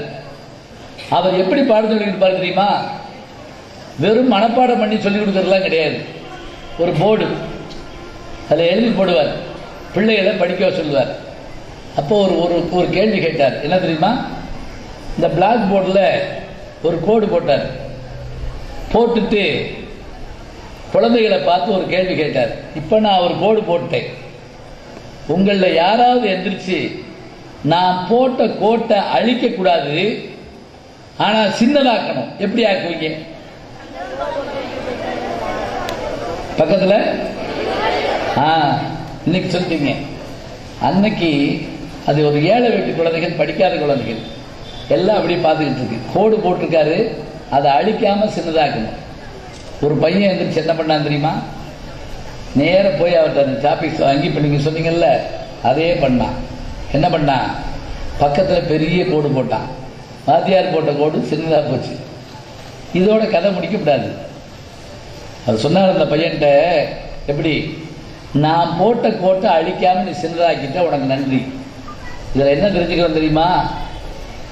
பிறரை அழித்து நாம் முன்னுக்கு வரக்கூடாது. நாம் பிறரை அழிச்சிட்டு நான் பெரியாளாவதுன்னு சொல்லக்கூடாது. நாம் உயர்ந்தால் நம்முடைய எதிரி சாதாரணமாக தாழ்ந்து விடுவான். ஓங்கி உலகளந்த உத்தமன் பேர்பாடி நாங்கள் நம் பாவைக்கு சாற்று நீர் ஆடினால் தீங்கின்றி நாடெல்லாம் திங்கள் மும்மாறி பெய்து ஓங்கு பெருஞ்சென்னல் ஊடுகையல் உகழ பூங்குவளை போதில் பொறிவண்டுகள் வெடுப்ப தேங்காதே புக்கிருந்து சீர்த்தமலை பற்றி வாங்க குடம் நிறைக்கும் வள்ளல் பெரும்பசுக்கள் நீங்காத செல்வம் நிறைந்தேலோர் எம்பாவாயும் பாடக்கூடிய ஆண்டாள் ஓங்கி உலகளந்த உத்தமன் ஒரு வார்த்தை சொல்லுவாருக்கு. என்ன அர்த்தம் தெரியுமா? உத்தமன்னா பிறரை அழித்து தான் வாழ்பவன் யாருன்னு கேட்டா அதமன். பிறரை அழிச்சு தான் வாழ்வான். பிறரும் வாழட்டும் தானும் வாழட்டும் நினைக்கிறவன் மத்திமன். பிறர் வாழ்வதற்காக தன்னை அழித்துக் கொள்றான் பாருங்க, அவன் தான் உத்தமன். அவன் அப்படி பார்த்தா வரணும். இப்ப நீங்க மெழுகுவத்தி பொருத்துறோம், அந்த மெழுகுவத்தி உருகிட்டே இருக்கு. எதுக்கு? வெளிச்சம் தருவதற்காக. பிறருக்காக வாழுகிற தன்மை நமக்கு வேணும். அறிவுங்கிறது சாதாரணம் கிடையாதுங்க. வாரியார் சாமிகிட்ட ஒரு முறை நான் கேட்டேன். கிருபானந்த வாரியார்னு ஒரு பெரிய மேதை இருந்தார். அவர்கிட்ட நான் கேட்டேன், எந்த கேள்வி கேட்டாலும் பதில் சொல்றீங்களே, எந்த மேடையில் பேச சொன்னாலும் உடனே பேசுறீங்களே, எப்படி சாமின்னு கேட்டேன். அவர் என்ன சொன்னார் தெரியுமா? வாட்டர் டேங்கை ஃபுல் பண்ணி வச்சுக்கோ. வாட்டர் டேங்க் எது? மூளை. வாட்டர் டேங்கை ஃபுல் பண்ணி, எந்த குழாயை திறந்தாலும் தண்ணி வரும். நீ நல்லா படிச்சுட்டேன்னா உன்னால எது வேணாலும் சாதிக்க முடியும். ஹெலன் ஹெல்லரை பத்தி இன்னைக்கு நான் வானொலியில் கேட்டுக்கிட்டே வந்தேன். ஹெலன் ஹெல்லர் கேள்விப்பட்டிருக்கீங்களா? அந்த அம்மா பிறந்த போது அழகான பெண் குழந்தை. 18 மாதம் 1.5 வயசு ஆன போது காய்ச்சல் வந்துச்சு, கண் பார்வை போச்சு, காது கேட்காததால பேச முடியாம போச்சு. ஞாபகம் வச்சுக்கோங்க, ஊமையாக உலகத்தில் ஒரு குழந்தையும் பிறக்காது. காது கேட்கலைன்னா பேச முடியாது.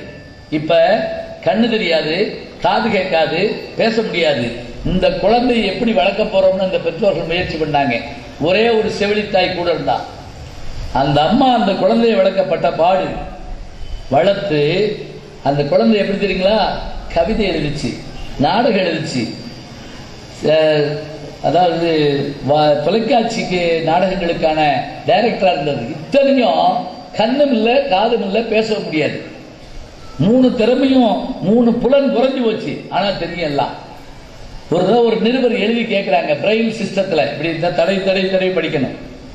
அதை கேட்கிறாங்க, கடவுள் உங்கள் முன்னே தோன்றி உங்களுக்கு காது, வாய், அதே போல கண், இந்த 3ல எது வேணும்னு கேட்டா நீங்க என்ன கேட்பீங்க? பார்வை வேண்டுமா, செவிப்புலன் வேண்டுமா, பேச வேண்டுமா, எது கேட்பீங்க? அதுக்கு அந்த ஹெலன் ஹெல்லர் என்ன சொல்லியிருப்பாருன்னு நினைக்கிறீங்க? நம்மளா இருந்தா என்ன சொல்லுவோம்? முதல்ல கண்ணு கேட்போம். எக்கச்சக்கமான சீரியலை விட்டுட்டு நான் அவ்வளவையும் விடாம பார்ப்பேன் சொல்லுவோம். இன்னும் சில பேர் வாய் கேட்பாங்க. எத்தனை பேர் என்னை வஞ்சாங்க, திருப்பி வையாம திரும்பி நான் சொல்லுவோம். ஆனா அந்த அம்மா சொன்னாங்க, காது தான் கேட்பேன், செவிப்புலன் வேணும்னு. ஏன்னா இந்த செவிப்புலன் தான் பிறர் உழைப்பை அப்படியே நமக்கு தருது. இப்ப நான் பேசுறேன் இல்லையா, இவ்வளவு நேரம் நான் பேசுறேன்னா என் அனுபவமும் என்னுடைய உழைப்பு எல்லாத்தையும் நான் உங்களுக்கு அள்ளி தர்றேன். இது பூரா உங்களுக்கு போய் சேர்ந்துருக்கணும், சேர்ந்தா தான் உண்டு. அதனாலதான் இப்ப இங்க சாப்பிட்ட உணவு இங்க போனா 3 மணி நேரம், அதுக்கு மேல இருக்காது. மத்தியானம் சாப்பிட்டு இப்ப அதிகமா பசிக்கும், பிள்ளைங்க நெளியுது, நான் பாக்குறேன். இங்க சாப்பிட்ட உணவு இங்க போனா 3 மணி நேரம். ஆனா இங்க கேட்ட செய்தி இருக்கு இல்லையா, இப்ப நான் பேசுறதெல்லாம் அது உங்க மனசுக்குள்ளேயோ உங்க மூளைக்குள்ளேயோ போனா சாகிற வரைக்கும் மறக்கப்படாது. நான் சொல்லல, திருவள்ளுவர் சொல்றாரு. எப்படி? செல்வத்துள் செல்வம். பிரமாதம். தமிழ் வார்த்தைக்கு ஒரு பாராட்டு சொல்லணும். செல்வத்துள் செல்வம், செல்வம் அச்செல்வம். இதுல எத்தனை தடவை செல்வம் வந்துச்சு தெரியுமா? சிலபஸ்ல இல்ல. இல்ல ஒண்ணு கவனிப்பாங்க, கரெக்ட் தான். ஏன் நம்பிக்கையோடு 10 பால் சொல்லிட்டாங்க. திருக்குறளை 7 சொல்றாங்க. செல்வத்துள் செல்வம், செவிச்செல்வம், அச்செல்வம், செல்வத்துள் எல்லாம் தலை. அதுக்கு என்ன எப்படி ஞாபகம் வச்சுக்கலாம்னா, மெய், வாய், கண், மூக்கு, செவி, ஐம்புலன்ல செல்வத்தை நுகர்றோம். இப்ப மெய், உடம்புல ஆடை அணிஞ்சிருக்கிறோம், அணிகலன் போட்டுருக்கோம், இதுல செல்வம். வாய், தின்னே தீர்த்துடுறோம். கண்ணு, பார்த்து மகிழ்றோம். நாசி, நுகர்ந்து இருக்கிறோம். ஆனா இதெல்லாம் மறைஞ்சிடுமா? காதுல கேட்டது மறையாதான். நான் நீங்க சொன்னோன்னு எனக்கு மகிழ்ச்சியா இருக்கு. செல்வத்தில் செல்வம், செவிச்செல்வன் டக்குன்னு ஒரு கிராமத்துல கேட்டேன் நான். இப்படி தாய்மார்கள் நிறைய பேர் இருந்தாங்க. சின்ன கிராமம். செல்வத்துள் செல்வம் அப்படின்னே ஒரு அம்மா இருந்துச்சு, திருமதி செல்வம் அப்படி சொல்லிச்சு. ரொம்ப பாராட்டினேன். திருவள்ளுவருக்கு இந்த வாய்ப்பு கொடுத்து வைக்கல. காதுல கேட்டா அப்படியே நிக்கணும், மனசுக்குள்ள உள்ள போகணும். அப்படியே அது கேட்டா தான் நமக்கு சிறப்பா இருக்கு. இப்ப நான் முதல்ல சொன்ன மாதிரி பெற்றோர்களுக்கு சொன்னேன், ஆசிரியர்களுக்கு சொன்னேன். மாணவர்களுடைய கடமை என்ன? தினம் பள்ளிக்கூடம் போறோம், தினம் வர்றோம், உட்கார்ந்துருக்கோம், போறோம், வர்றோம், இவ்வளவுதான். இல்ல, எப்படி படிக்கணும்னு சொல்றப்ப எப்படி சொல்றாங்கன்னா, பருகுவனன் ஆர்வத்தனாகி அப்படின்னு ஒரு வார்த்தை இருக்கு. அதுக்கு என்ன அர்த்தம்னா, தாகம் எடுப்பவன் தண்ணீர் களைவது போல படிக்கணுமா. தண்ணி குடிக்கணும்னு தவிச்சு வர்றதில்ல, அது மாதிரி இன்னைக்கு என்ன படிச்சுக்கிறோம், இன்னைக்கு என்ன தெரிஞ்சுக்கிறோம். 2 முறை நோபல் பரிசு பெற்ற ஒரு பெண்மணி யார் தெரியுமா? சபாஸ். நேற்று தான் அந்த அம்மாவுடைய நினைவு நாள், மேரி கியூரி. முந்தாநாள் நினைவு நாள். 2 முறை நோபல் பரிசு. எந்த ஆண் மகனும் பெற்றதில்லை. ஞாபகம் வச்சுக்கோங்க. இதுவரைக்கும் அந்த சாதனையை யாருமே முறியடிக்கணும். ஏன்? இன்னைக்கு கூட நான் சொல்றேன், வகுப்பு எப்ப அமைதியா இருக்கு தெரியுமா? நான் பார்த்திருக்கேன். வகுப்பு எப்ப அமைதியா இருக்கு தெரியுமா? நாங்க எக்ஸாம் பேப்பர் கொண்டு வர்றோம்ல, அப்பதான் அமைதியா, மயான அமைதி நிலவும். சில பையன் செத்து கூட போலாமான்னு நினைப்பாங்க. ஒரு தடவை பேப்பர் கொடுக்குறோம், 98 வாங்கிட்டு ஒரு பொம்பளை பிள்ளை தேம்பி தேம்பி அழுகுது. 2 மார்க் போச்சு. இங்கிட்டு ஒரு பையன் 12 மார்க் வாங்கி கேட்கன்னு சிரிக்கிறான். ஒரு வாத்தியார் கோவம் வந்துருச்சு. ஏய், 98 வாங்கி பொம்பளை பிள்ளை அழுகுது, நீ 12 மார்க் வாங்கி சிரிக்கிற, வெக்கமா இல்லை அப்படின்னா. அவன் சொன்ன இந்த 12 எப்படி போட்டாயின்னு தெரியல, நான் ஒன்றுமே எழுதலை. யாரோ ஒரு பையன் படிக்காமல் திருத்திருக்கான். யாரை சொல்கிறேன்? எங்களை தான் சொல்கிறான். நான் வகுப்பில் கோபமாக கேட்டேன், எப்போ பார்த்தாலும் பொம்பளை பிள்ளை தான் மார்க் வாங்குது. யூனிவர்சிட்டி ஃபஸ்ட்டா பெண்கள், கோல்டு மெடலா பெண்கள், ஸ்டேட் லெவலா பெண்கள். இந்த வட்டம் 10th ஞாபகம் இருக்கா உங்களுக்கு? 10th 19 பேர் ஸ்டேட் ஃபர்ஸ்ட், ஞாபகம் வச்சுக்கேன். 18 பேர் பொம்பளை பிள்ளைங்க, 18 பேர் பொம்பளை பிள்ளை, ஒரே ஒரு பையன். நல்ல வேலை ஒருத்தராவது வந்து மானத்தை காப்பாத்தினான். நான் கேட்கிறேன் வகுப்புல, ஏன்டா எப்ப பார்த்தாலும் பொம்பளை பிள்ளைய மார்க் வாங்குது, நீ வாங்கலன்னு கேட்டேன். அதுக்கு ஒரு பையன் அழகா சொன்னான். என்ன சொன்னான் தெரியுமா? பொம்பளை பிள்ளைய ஏன் மார்க் வாங்குது? அவன் என்ன கேட்டான், நல்லா பிடிக்குது வாங்குது அப்படின்னு. அதெல்லாம் கிடையாது. கல்வி கடவுள் யாரு? அவன் ஏன்ட்ட கேட்டான். நான் சொன்னேன் சரஸ்வதி. சரஸ்வதி யாரு? அடுத்த கேள்வி கேட்டான். சரஸ்வதி பொம்பளை. பொம்பளைக்கு தானே மார்க் போடும். எங்களுக்கு ஒரு கடவுளை கண்டுபிடிங்க. அதுவா காரணம். அடிப்படையாக அதை புரிஞ்சுக்கணுங்க.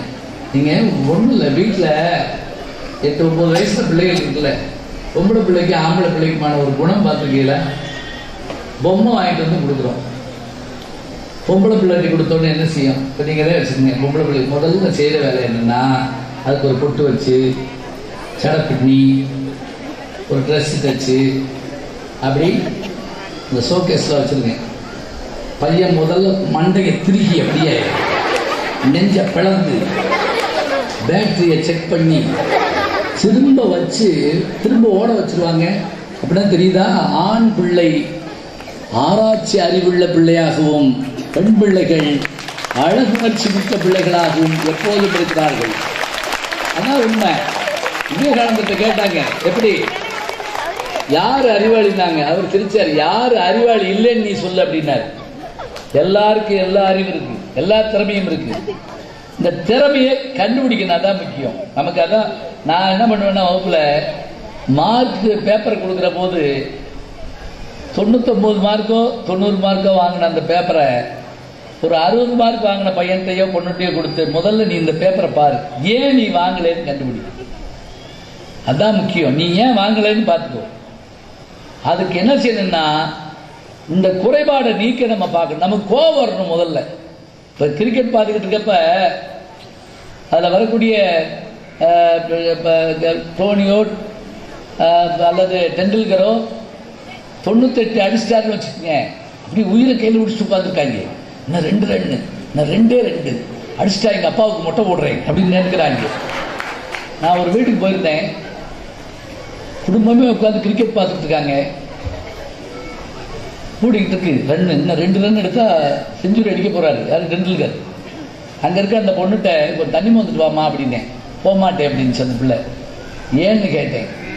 போன மட்டும் எப்படித்தான் டெண்டுல்கர் தண்ணி இது கிரிக்கெட் அடிக்க விளையாடுறப்ப 98 ரன் எடுத்தப்ப தண்ணி மோக்க போனேன், அவர் அவுட் ஆகிட்டாரு. அதுலேருந்து நான் எவனுக்குமே தண்ணி மோந்து கொடுக்க மாட்டேங்க. இப்படி ஒரு அறிவை நீங்கள் எங்கே போய் பார்ப்பீங்க?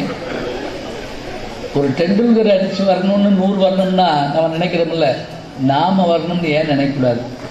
படிப்பு வராதுன்னா ஒருபோதும் சொல்லாதீங்க. ஏன்னா அது வர்றது வராது உங்களுடைய விருப்பத்தை பொறுத்தது தான்.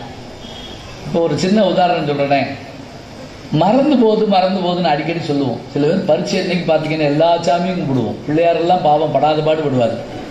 தெருமுக்கில் போகிறப்ப பிள்ளையாருக்கும் நல்லா மாத்திரம் வரலன்னா வந்து பார்த்துக்கோ அப்படின்னு தான் போவாங்க. எல்லாம் கும்பிடுவோம். ஏன் மறந்து போகுது? ஒரு போட்டி வைக்கிறோம். இப்போ இங்கே இருக்குல்ல இந்த ஒரு கிளாஸ் ரூம், இந்த கிளாஸ் ரூமுக்குள்ளே ஒரு 100 பொருள் வச்சுருக்கோம். என்னென்னு கேட்டிங்கன்னா, அருமையான செல்லு, ஒரு பைக் சாவி, வேணாம் கார் சாவி, அப்புறம் ஒரு லேப்டாப்பு, அப்படி இப்படி கேமரா, அத்தனையும் 100 பொருள் உள்ளே இருக்குது. உங்களை அனுப்புகிற ஒவ்வொருத்தரையும் 5 நிமிஷம் டைம் கொடுப்போம். உள்ளே போய் வெளியே வந்து ஒரு வெள்ளை நோட்டில் என்னென்ன பொருள் நீ எழுதுறியோ அத்தனை பொருள் உனக்குன்னு சொல்லி நாங்கள் ஒரு போட்டி வைக்கிறோம். உள்ளே போகணும், 100 பொருள் இருக்கும். வெளியே வந்து எந்தெந்த பொருள் எழுதுறியோ அது பூரா உனக்குன்னு நாங்கள் சொல்லி ஒரு போட்டி வச்சோம்னா என்ன தெரியுமா? ஒரு பையன் 101 பொருள் எழுதிட்டான். அங்கே நின்றுக்கிட்டு இருந்த பிள்ளையும் சேர்த்து எழுதிட்டான் என் பாட்டுக்கு. அப்படியே அது தெரியும். இந்த 100 பொருள் எப்படி ஞாபகம் வந்துச்சு? நமக்கு தேவையாக இருந்தால் எதுவும் மறக்காது, ஞாபகம் வச்சுக்கோங்க. நம்ம தேவையில்லைன்னு நம்ம நினச்சிக்கிட்டே இருக்கோம், அதான் தப்பு. ஆர்வத்தை தூண்டு இல்லைங்க. யாரா இப்போ நம்ம யோசிச்சு பாருங்க, ஃபர்ஸ்ட் மார்க் வாங்கணும், ஃபர்ஸ்ட் ரேங்க் வர்றோம்னு திருப்பி சொல்கிறோமே, மேரி கியூரி ஏன் சொன்ன தெரியுமா? அது மாதிரியான நோபல் பரிசு பெறக்கூடிய ஆட்கள் ஏன் நம்மகிட்ட காணோம்? சர் சி வி ராமனும் அதுக்கு பிறகு வந்தவங்களும் ஒரு 2-3 பேர் தானே நோபல் பரிசு வாங்கியிருக்கோம். அது யாரும் காணாமே. ஏன் காணோம்?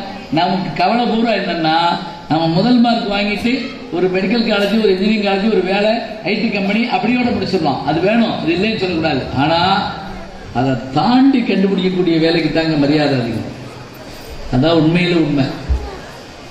அப்ப அதுக்காக நாம் என்ன செய்யறோம் அப்படின்னு சொன்னா, நம்முடைய வாழ்க்கையை தயார் பண்ணணும். சின்ன சின்ன விஷயங்கள்ல கூட கவனம் வச்சுக்கணும். கோபம், போட்டி, பொறாமை எல்லாம் சாதாரணம். நம்மளை நாமளே நெறிப்படுத்திக்கணும். இப்ப நான் மேடையில் பேசுறேன், எனக்கு பேச தெரியும்னு யாரும் சொன்னா? டிவியில சொல்லியிருப்பாங்க எனக்கு பேச தெரியும்னு. இந்த மாதிரி பள்ளிக்கூடத்தில் நான் படிச்சேன்னா இல்ல. ஐயா சொன்ன மாதிரி மரத்தடி பள்ளிக்கூடம் நான் படிச்சதெல்லாம். சயின்ஸ் வாத்தியார் சயின்ஸை கையில சொல்லி கொடுப்பாரு. எப்படி? இதுதான் சோதனை குழாய், ஒன்றும் இருக்காது. சரி, இது அமிலம், இது ரூட்ல என்ன ஆகும், விரல் வெந்துவோம் சார். இவ்வளவு நான் சயின்ஸ் படிச்சது. அந்த பள்ளிக்கூடத்தில் ஒரு ஆண்டு விழா. அதுல எங்க அப்பா சொல்றாரு, எங்க அப்பா தமிழாசிரியர், நாளைக்கு நீ மேடையில் பேசுற அப்படின்னா. நான் 8ஆம் கிளாஸ் படிக்கிறேன், மேடையில் பேசுறேங்கிறாரு. என்ன செய்யறது, வேற வழி கிடையாது. இப்படி எல்லாம் மேடையெல்லாம் கிடையாது. ஒரு பெஞ்சை தூக்கி போட்டு அதை ஏற்றி விட்டாங்க என்னைய. நான் இரவெல்லாம் மனப்பாடம் பண்ணி அந்த பெஞ்சில் ஏறி கிட்டு ஆடி, பெஞ்சை சேர்த்து ஆட்டி, உங்களிடையே பேச வந்திருக்கிறேன் நான் அப்படின்னு சொல்லி என் பேர் மறந்து போச்சு.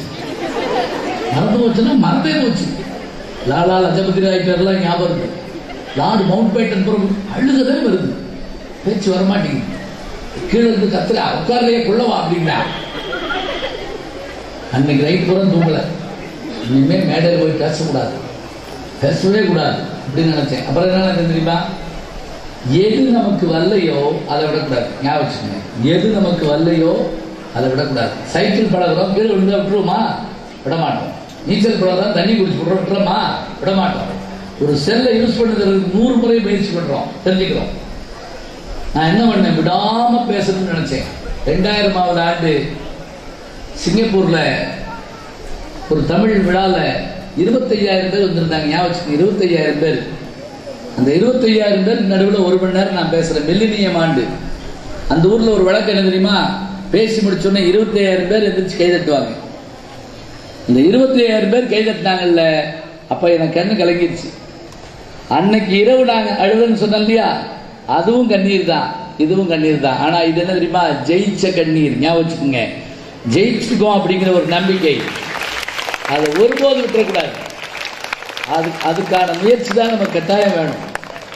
அமெரிக்காவில் போய் நான் இறங்குறப்ப நியூயார்க்கில் அந்த படிக்கட்டில் இறங்கி வர்றேன். அந்த ஒரு பெரிய எலக்ட்ரானிக் போர்டில் ஃபெயிலியர் ஃபெயிலியர் ஃபெயிலியர்னு வருது.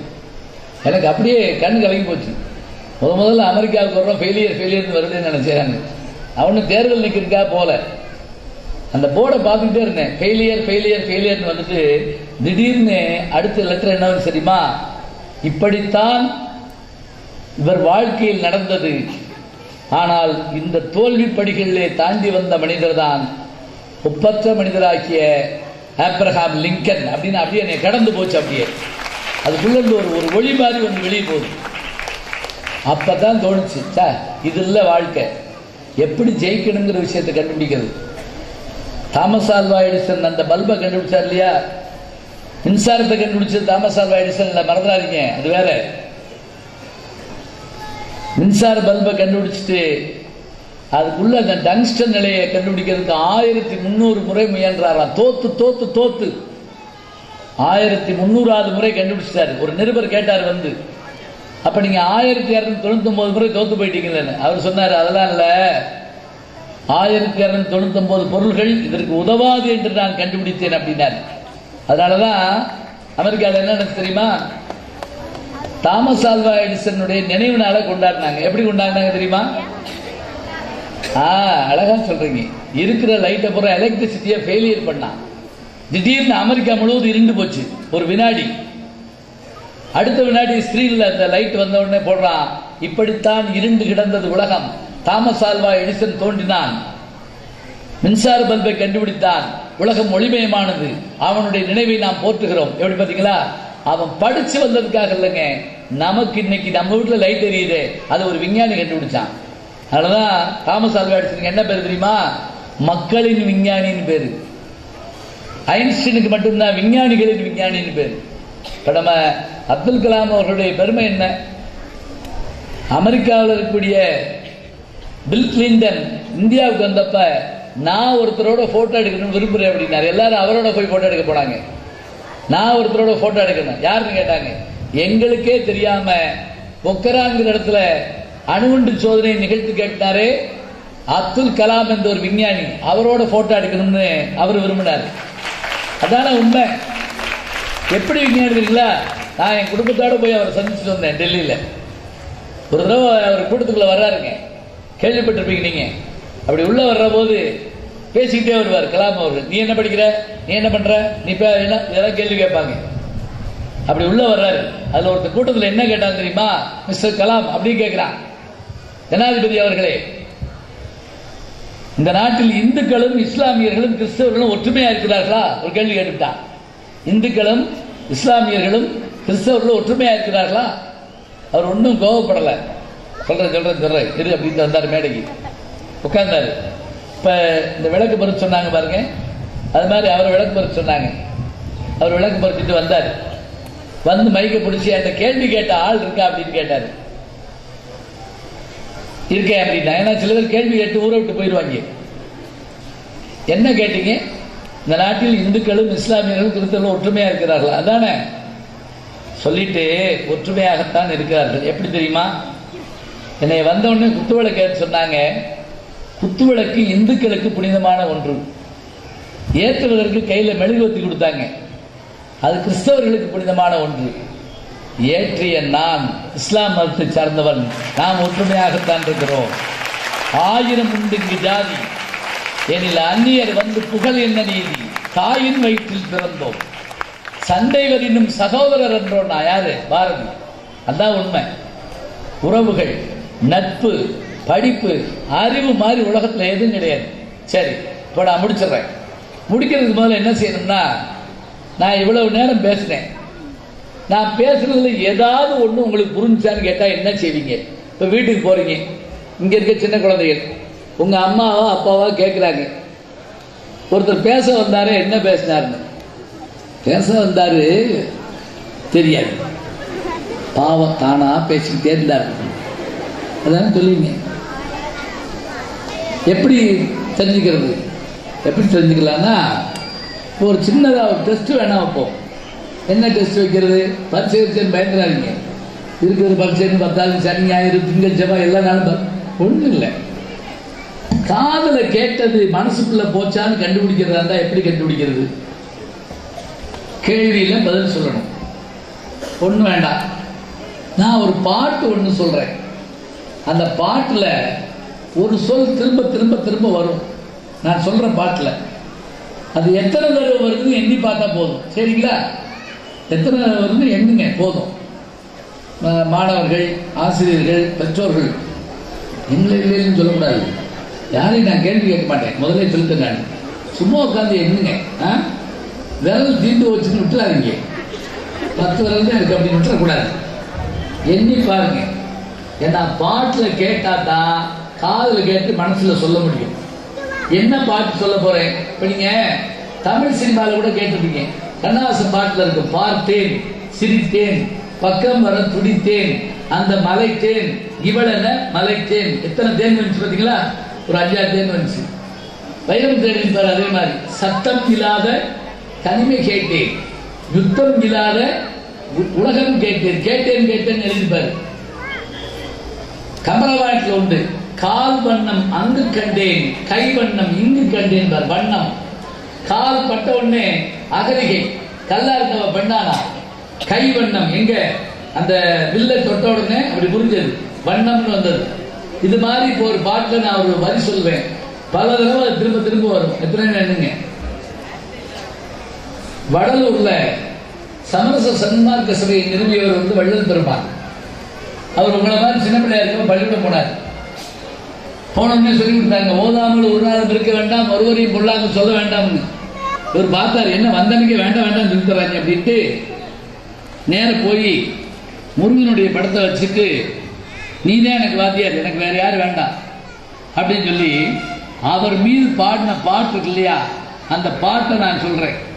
இதுல வேண்டும்ங்கிற சொல்லு திரும்ப திரும்ப வரும். எத்தனை வேண்டும்னு வருதுன்னு நின்றீங்களா? வேண்டும் எத்தனை எண்ணணும். என்ன முடியலன்னா சத்தமெல்லாம் போடக்கூடாது, கை தட்டக்கூடாது. வேண்டும். இப்ப இருந்து ஆரம்பிக்காதீங்க. அந்த ஒன்று சொன்ன உடனே அதுல இருந்து அனுப்பிடாதீங்க. பாட்டு வந்த உடனே தான். ஒருமையுடன் திருமணம் நினைக்கின்ற உத்தமர்தம் உறவு வேண்டும். உள்ளொன்று வைத்து புறமொன்று பேசுவார், உறவு கிளவாமை வேண்டும். பெருமை பெறும் நினைவு புகழ் பேச வேண்டும், பொய்மை பேசாதிருக்க வேண்டும். பெருமை பிடித்து ஒழுக வேண்டும், மதமான போய் பிடியாதிருக்க வேண்டும். மறுவு பெண்ணாசி மறக்க வேண்டும், உன்னை மறவாதிருக்க வேண்டும். மதி வேண்டும், என்கிற நிதி வேண்டும், நோயற்ற வாழ்வு நான் வாழ வேண்டும். தர்மமிகு சென்னையில் கந்தகோடு திருவிழா தலமோங்கு கந்த வேளை தன்முக தெய்வமணி உன்முக செய்வமணி சண்முக தெய்வமணியே. எத்தனை வேண்டும்?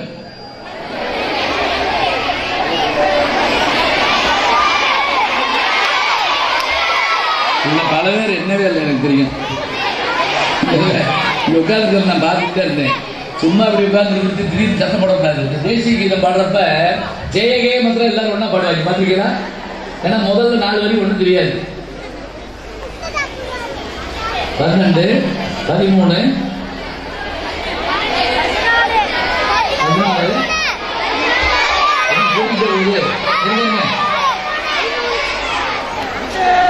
இல்ல கரெக்டா கல்வின்னு சொன்னேன். கரெக்டா செல்வத்துள் செல்வம் 5 சொல்லிட்டீங்க. இதுல 12, 13 குழப்புது. இப்ப இருக்க நான் இப்ப வேண்டும்னு சொன்ன பாட்டு இந்த ஸ்பீக்கர்ல 12, இந்த ஸ்பீக்கர்ல 14, அந்த ஸ்பீக்கர்ல 15 கேட்குமா? கேட்காதுல்ல. அப்புறம் எப்படி நம்பர் மாறிச்சு? இங்கிட்டு 11 அத்தடி வேணாம், இந்த பாட்டு வேணாம், எதிர்கட்ட விடுங்க. இந்த பாட்டு அப்புறம் வச்சுக்கிடுவோம். மனப்பாடம் பண்ணாதான். இப்போ நீங்கள் மேல்நாட்டுக்காரன் எங்கன திணறாங்க தெரியுமா? சாஃப்ட்வேரில் நம்மால் மாதிரி யாரும் கிடையாது. ஏன்னா நமக்கு மனப்பாட கல்வி உண்டு. மேல்நாட்டில் மனப்பாட கல்வி இல்லை. மனனம் பண்ணி வச்சிருந்தோம்னா எந்த புத்தகத்தையும் பார்க்க வேண்டாம். இப்போ நான் உண்டுன்னு ஒரு சொல் எடுத்துக்கிறேன். வேண்டும் வேணாம் இருக்க மறந்துருங்க, அதை அழிச்சிருங்க.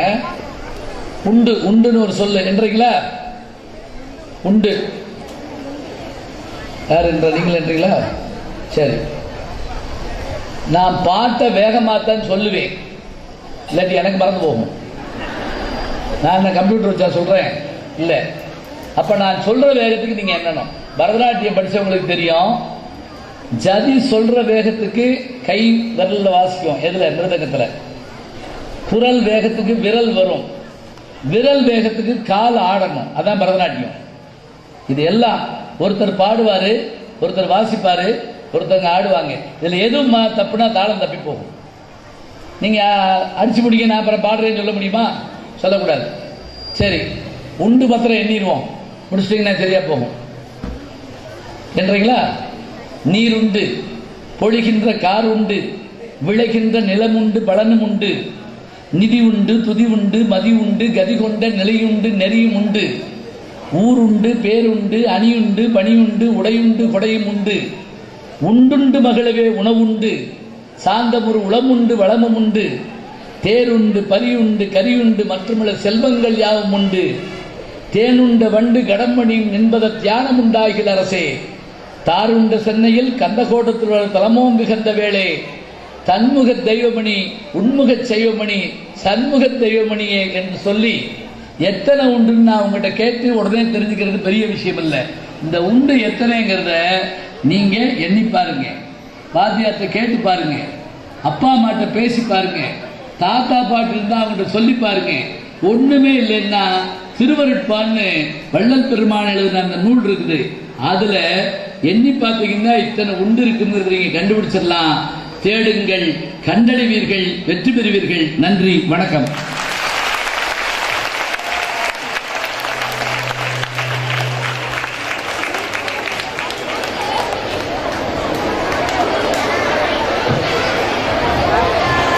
பெற்றோர்கள் அமர்வார் அன்போடு கேட்டுக்கொள்கின்றோம்.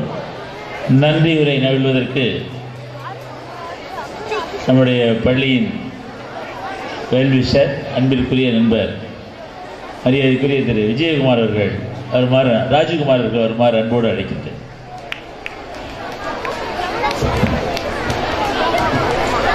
இன்றைக்கு நம்முடைய பள்ளியிலே வந்திருக்கின்ற சிறப்பு விருந்தினருக்கு இந்த தமிழ் கூறும் நல்லுலகம் மிகவும் கடமைப்பட்டிருக்கிறது. அன்னை கலைவாணி அவர்களுடைய நாவிலே நர்த்தனம் ஆடுகின்ற அற்புத காட்சியை இவ்வளவு நேரம் நாம் பார்த்தோம். நம் வீட்டிற்கு வந்திருக்கின்ற விருந்தினரை நாம் வாசல் வரை சென்று வழி அனுப்புவது தமிழர்களுடைய பண்பாடு. இங்கே நன்றி நவிழுதல் என்பது சம்பிரதாயத்திற்காக நாம் ஒரு நன்றி நவிழலாக நடத்தினோம் என்றால் அது விருந்தினருக்கு பெருமை சேர்த்ததாக ஆகாது. தயவு செய்து அனைவரும் அமருங்கள். அவருக்கு நாம் செய்யக்கூடிய மிகப்பெரிய நன்றி கடன் இப்பொழுது நாம் செய்ய போகின்ற இந்த ஒரு நிமிடம். இன்றைக்கு இந்த தமிழ் கூறும் நல்லுலகம் கூறிய அற்புதமான கருத்துக்களை உங்கள் வீடுகளிலே போய் சிந்தனை செய்யுங்கள். இவரை போன்ற சான்றோர்கள் நம் பள்ளியிலே வந்து பேசுவது நமக்கு கிடைத்த பெருமை, நமக்கு கிடைத்த நல்ல வாய்ப்பு. இந்த அற்புதமான வாய்ப்பினை நமக்கு ஏற்பாடு செய்து கொடுத்த பள்ளியின் தாளாளருக்கு உங்களுடைய கரவொலியை எழுப்பி நன்றியை தெரிவிக்கும்படி அன்புடன் கேட்டுக்கொள்கிறேன். எவ்வளவு பெரிய மேதையாக இருந்தாலும், எவ்வளவு படிப்பறிவு பெற்றவனாக இருந்தாலும், எவ்வளவு செல்வந்தனாக இருந்தாலும் சரி, வாழ்வு இன்றைக்கு எப்படி இருக்கிறதோ நாளை என்ன நடக்கப் போகிறதோ யாராலும் புரிந்து கொள்ள முடியாத ஒன்று. அப்படிப்பட்ட மனிதர்கள் அத்துணை பேருக்கும் எப்படி ஆங்கிலத்திலே நமக்கு ஒரு சந்தேகம் வந்தால் ஒரு டிக்ஷனரியை எடுத்து பார்த்து தெளிவு பெறுகிறோமோ, எப்படி தமிழிலே ஒரு ஐயம் வந்தால் நாம் அகராதியை பார்த்து தெரிந்து கொள்கிறோமோ, நம் வாழ்க்கையிலே ஏற்படக்கூடிய சந்தேகங்களை தீர்த்துக் கொள்வதற்கு முனைவர் ஐயாவை போன்ற சான்றோர்கள் தான் நமக்கு வழிநடத்தி கொண்டிருக்கிறார்கள். அதனால்தான் இந்த பள்ளிக்கு இன்றைக்கு மாணவர்களுக்கு மட்டுமல்ல, பெற்றோர்கள், பொதுமக்கள் அனைவருக்குமே வழிகாட்டுதலுக்காக நம்மளுடைய பண்பில் சிறந்த தாளாளர் அவர்கள் இந்த பண்பில் சிறந்த நிகழ்ச்சியை நடத்தி கொண்டிருக்கிறார்கள். உண்மையிலேயே நாம் அனைவருமே இவர்கள் இருவருக்கும் மிகவும் கடமைப்பட்டிருக்கிறோம். இன்னும் ஒரு அற்புத செய்தியை சொல்ல விரும்புகிறேன். முனைவர் ஐயா பேசும்போது, மாணவர்களுக்கான பிரிவை சார்ந்து பேசும்போது, நீங்கள் சாதாரணமாக படித்துவிட்டு ஒரு பிஇ, ஒரு எம்பிபிஎஸ், ஒரு கம்ப்யூட்டர் வேலை இவ்வளவுதான் உங்க கற்பனையான்னு கேட்டாரு. நியாயமான கேள்வி அது. சற்று சிந்தித்து பாருங்கள். 2 நோபல் பரிசு பெற்ற மேரி கியூரியை தாண்டி 4 நோபல் பரிசுகள் பெறக்கூடிய மாணவி இந்த பள்ளிக்கூடத்திலே இல்லை என்று யாராவது சொல்ல முடியுமா? தயவு செய்து சின்ன சின்ன விஷயங்களை கூட இன்றைக்கு வீட்டிலே போய் சிந்தித்து பாருங்கள். பெற்றோர்களை பற்றி அவர் கிண்டல் செய்யவில்லை, நியாயத்தை எடுத்துரைத்தார். திருடன் அடுப்பறையிலே பூந்து 4 தோசை சுட்டு சாப்பிட்டார். மாடியிலே போய் பீரோவை திறந்து பணத்தை எடுத்தார். இவ்வளவும் அவர்கள் கண்ணுக்கு படவில்லை. அவர்கள் சீரியல் பார்த்து கொண்டிருந்த டிவியை தூக்கும் போதுதான் இந்த உலகத்திற்கே வந்தார்கள். நியாயம். பெற்றோர்களே, தாய்மார்களே, உங்கள் குழந்தைக்கு நீங்கள் ஒவ்வொரு செயலையும் ஒவ்வொரு சொல்லையும் சொல்லிக் கொடுத்தீர்கள். அவை போதாது. அவர்கள் வாழ்க்கை முழுவதற்குமே நீங்கள் வழிகாட்டியாக நீங்கள் தான் திகழப் போகிறீர்கள். எத்தனை ஆசிரியர்கள் வந்தாலும், எவ்வளவு உயர்ந்த படிப்புகள் படித்தாலும், உங்களுக்கு 90 வயது ஆகும் போது கூட உங்கள் மகன் அல்லது மகள் 60 வயது நிறைந்த பெண்மணியாக உங்களிடம் சந்தேகங்கள் கேட்டு தெளிவு பெறுவார்கள். உங்களுடைய முக்கியமான பொறுப்பை நீங்கள் உணர்ந்து கொள்ள வேண்டும் என்று முனைவர் ஐயா இப்பொழுது கூறியதை நீங்கள் கேட்டுக்கொண்டிருப்பீர்கள். இன்றைக்கு பெற்றோர்கள், இன்றைக்கு மாணவர்கள், இன்றைக்கு ஆசிரியர்கள் என்று மூவருக்கும் வழிகாட்டுதலுக்காக இந்த பண்புள்ள நிகழ்ச்சி நடத்தப்பட்டது. தயவு செய்து முதலில் மாணவ செல்வங்கள், அதாவது மாணவர்கள் மட்டும் கரவொலி எழுப்பி தங்களுடைய நன்றி அறிதலை நம்முடைய சிறப்பு விருந்தினருக்கு இப்பொழுது செய்திட வேண்டும் என்று அன்புடன் கேட்டுக்கொள்கிறேன். மாணவ செல்வங்கள் மட்டும் கரவொலி எழுப்பி உங்கள் நன்றியை தெரிவியுங்கள்.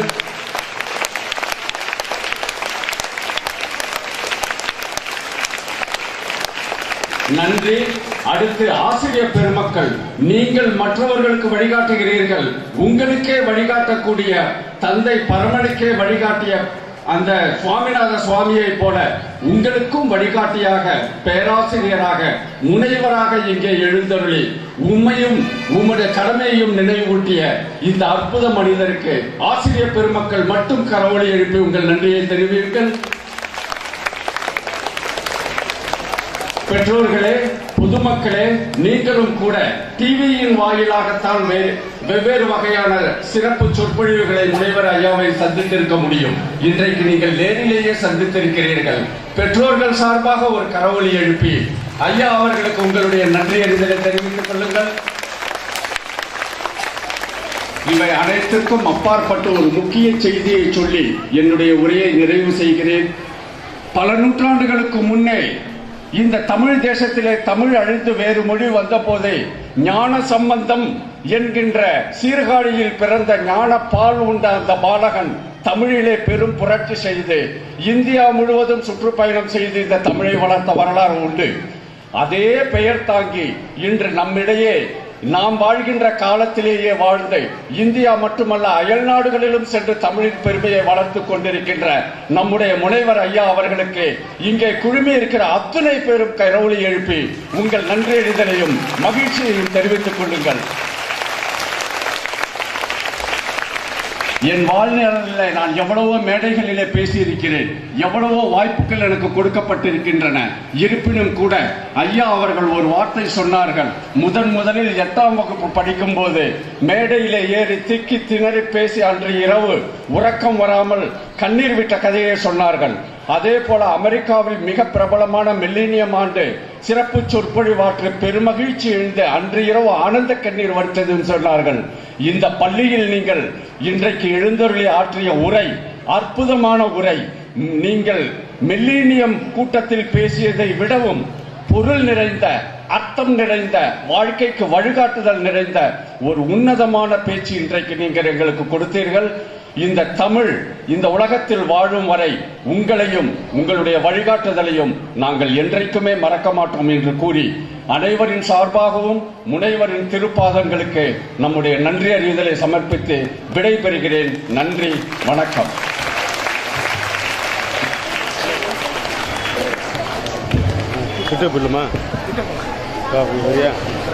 மேகம் வந்தது, மழை பொழிந்தது, இடி இடித்தது.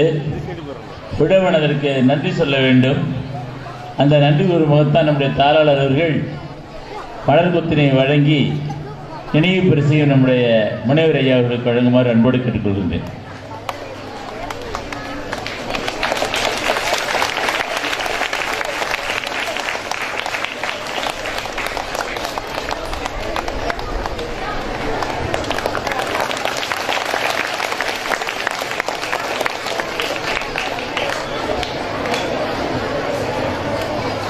நாட்டுப்பண்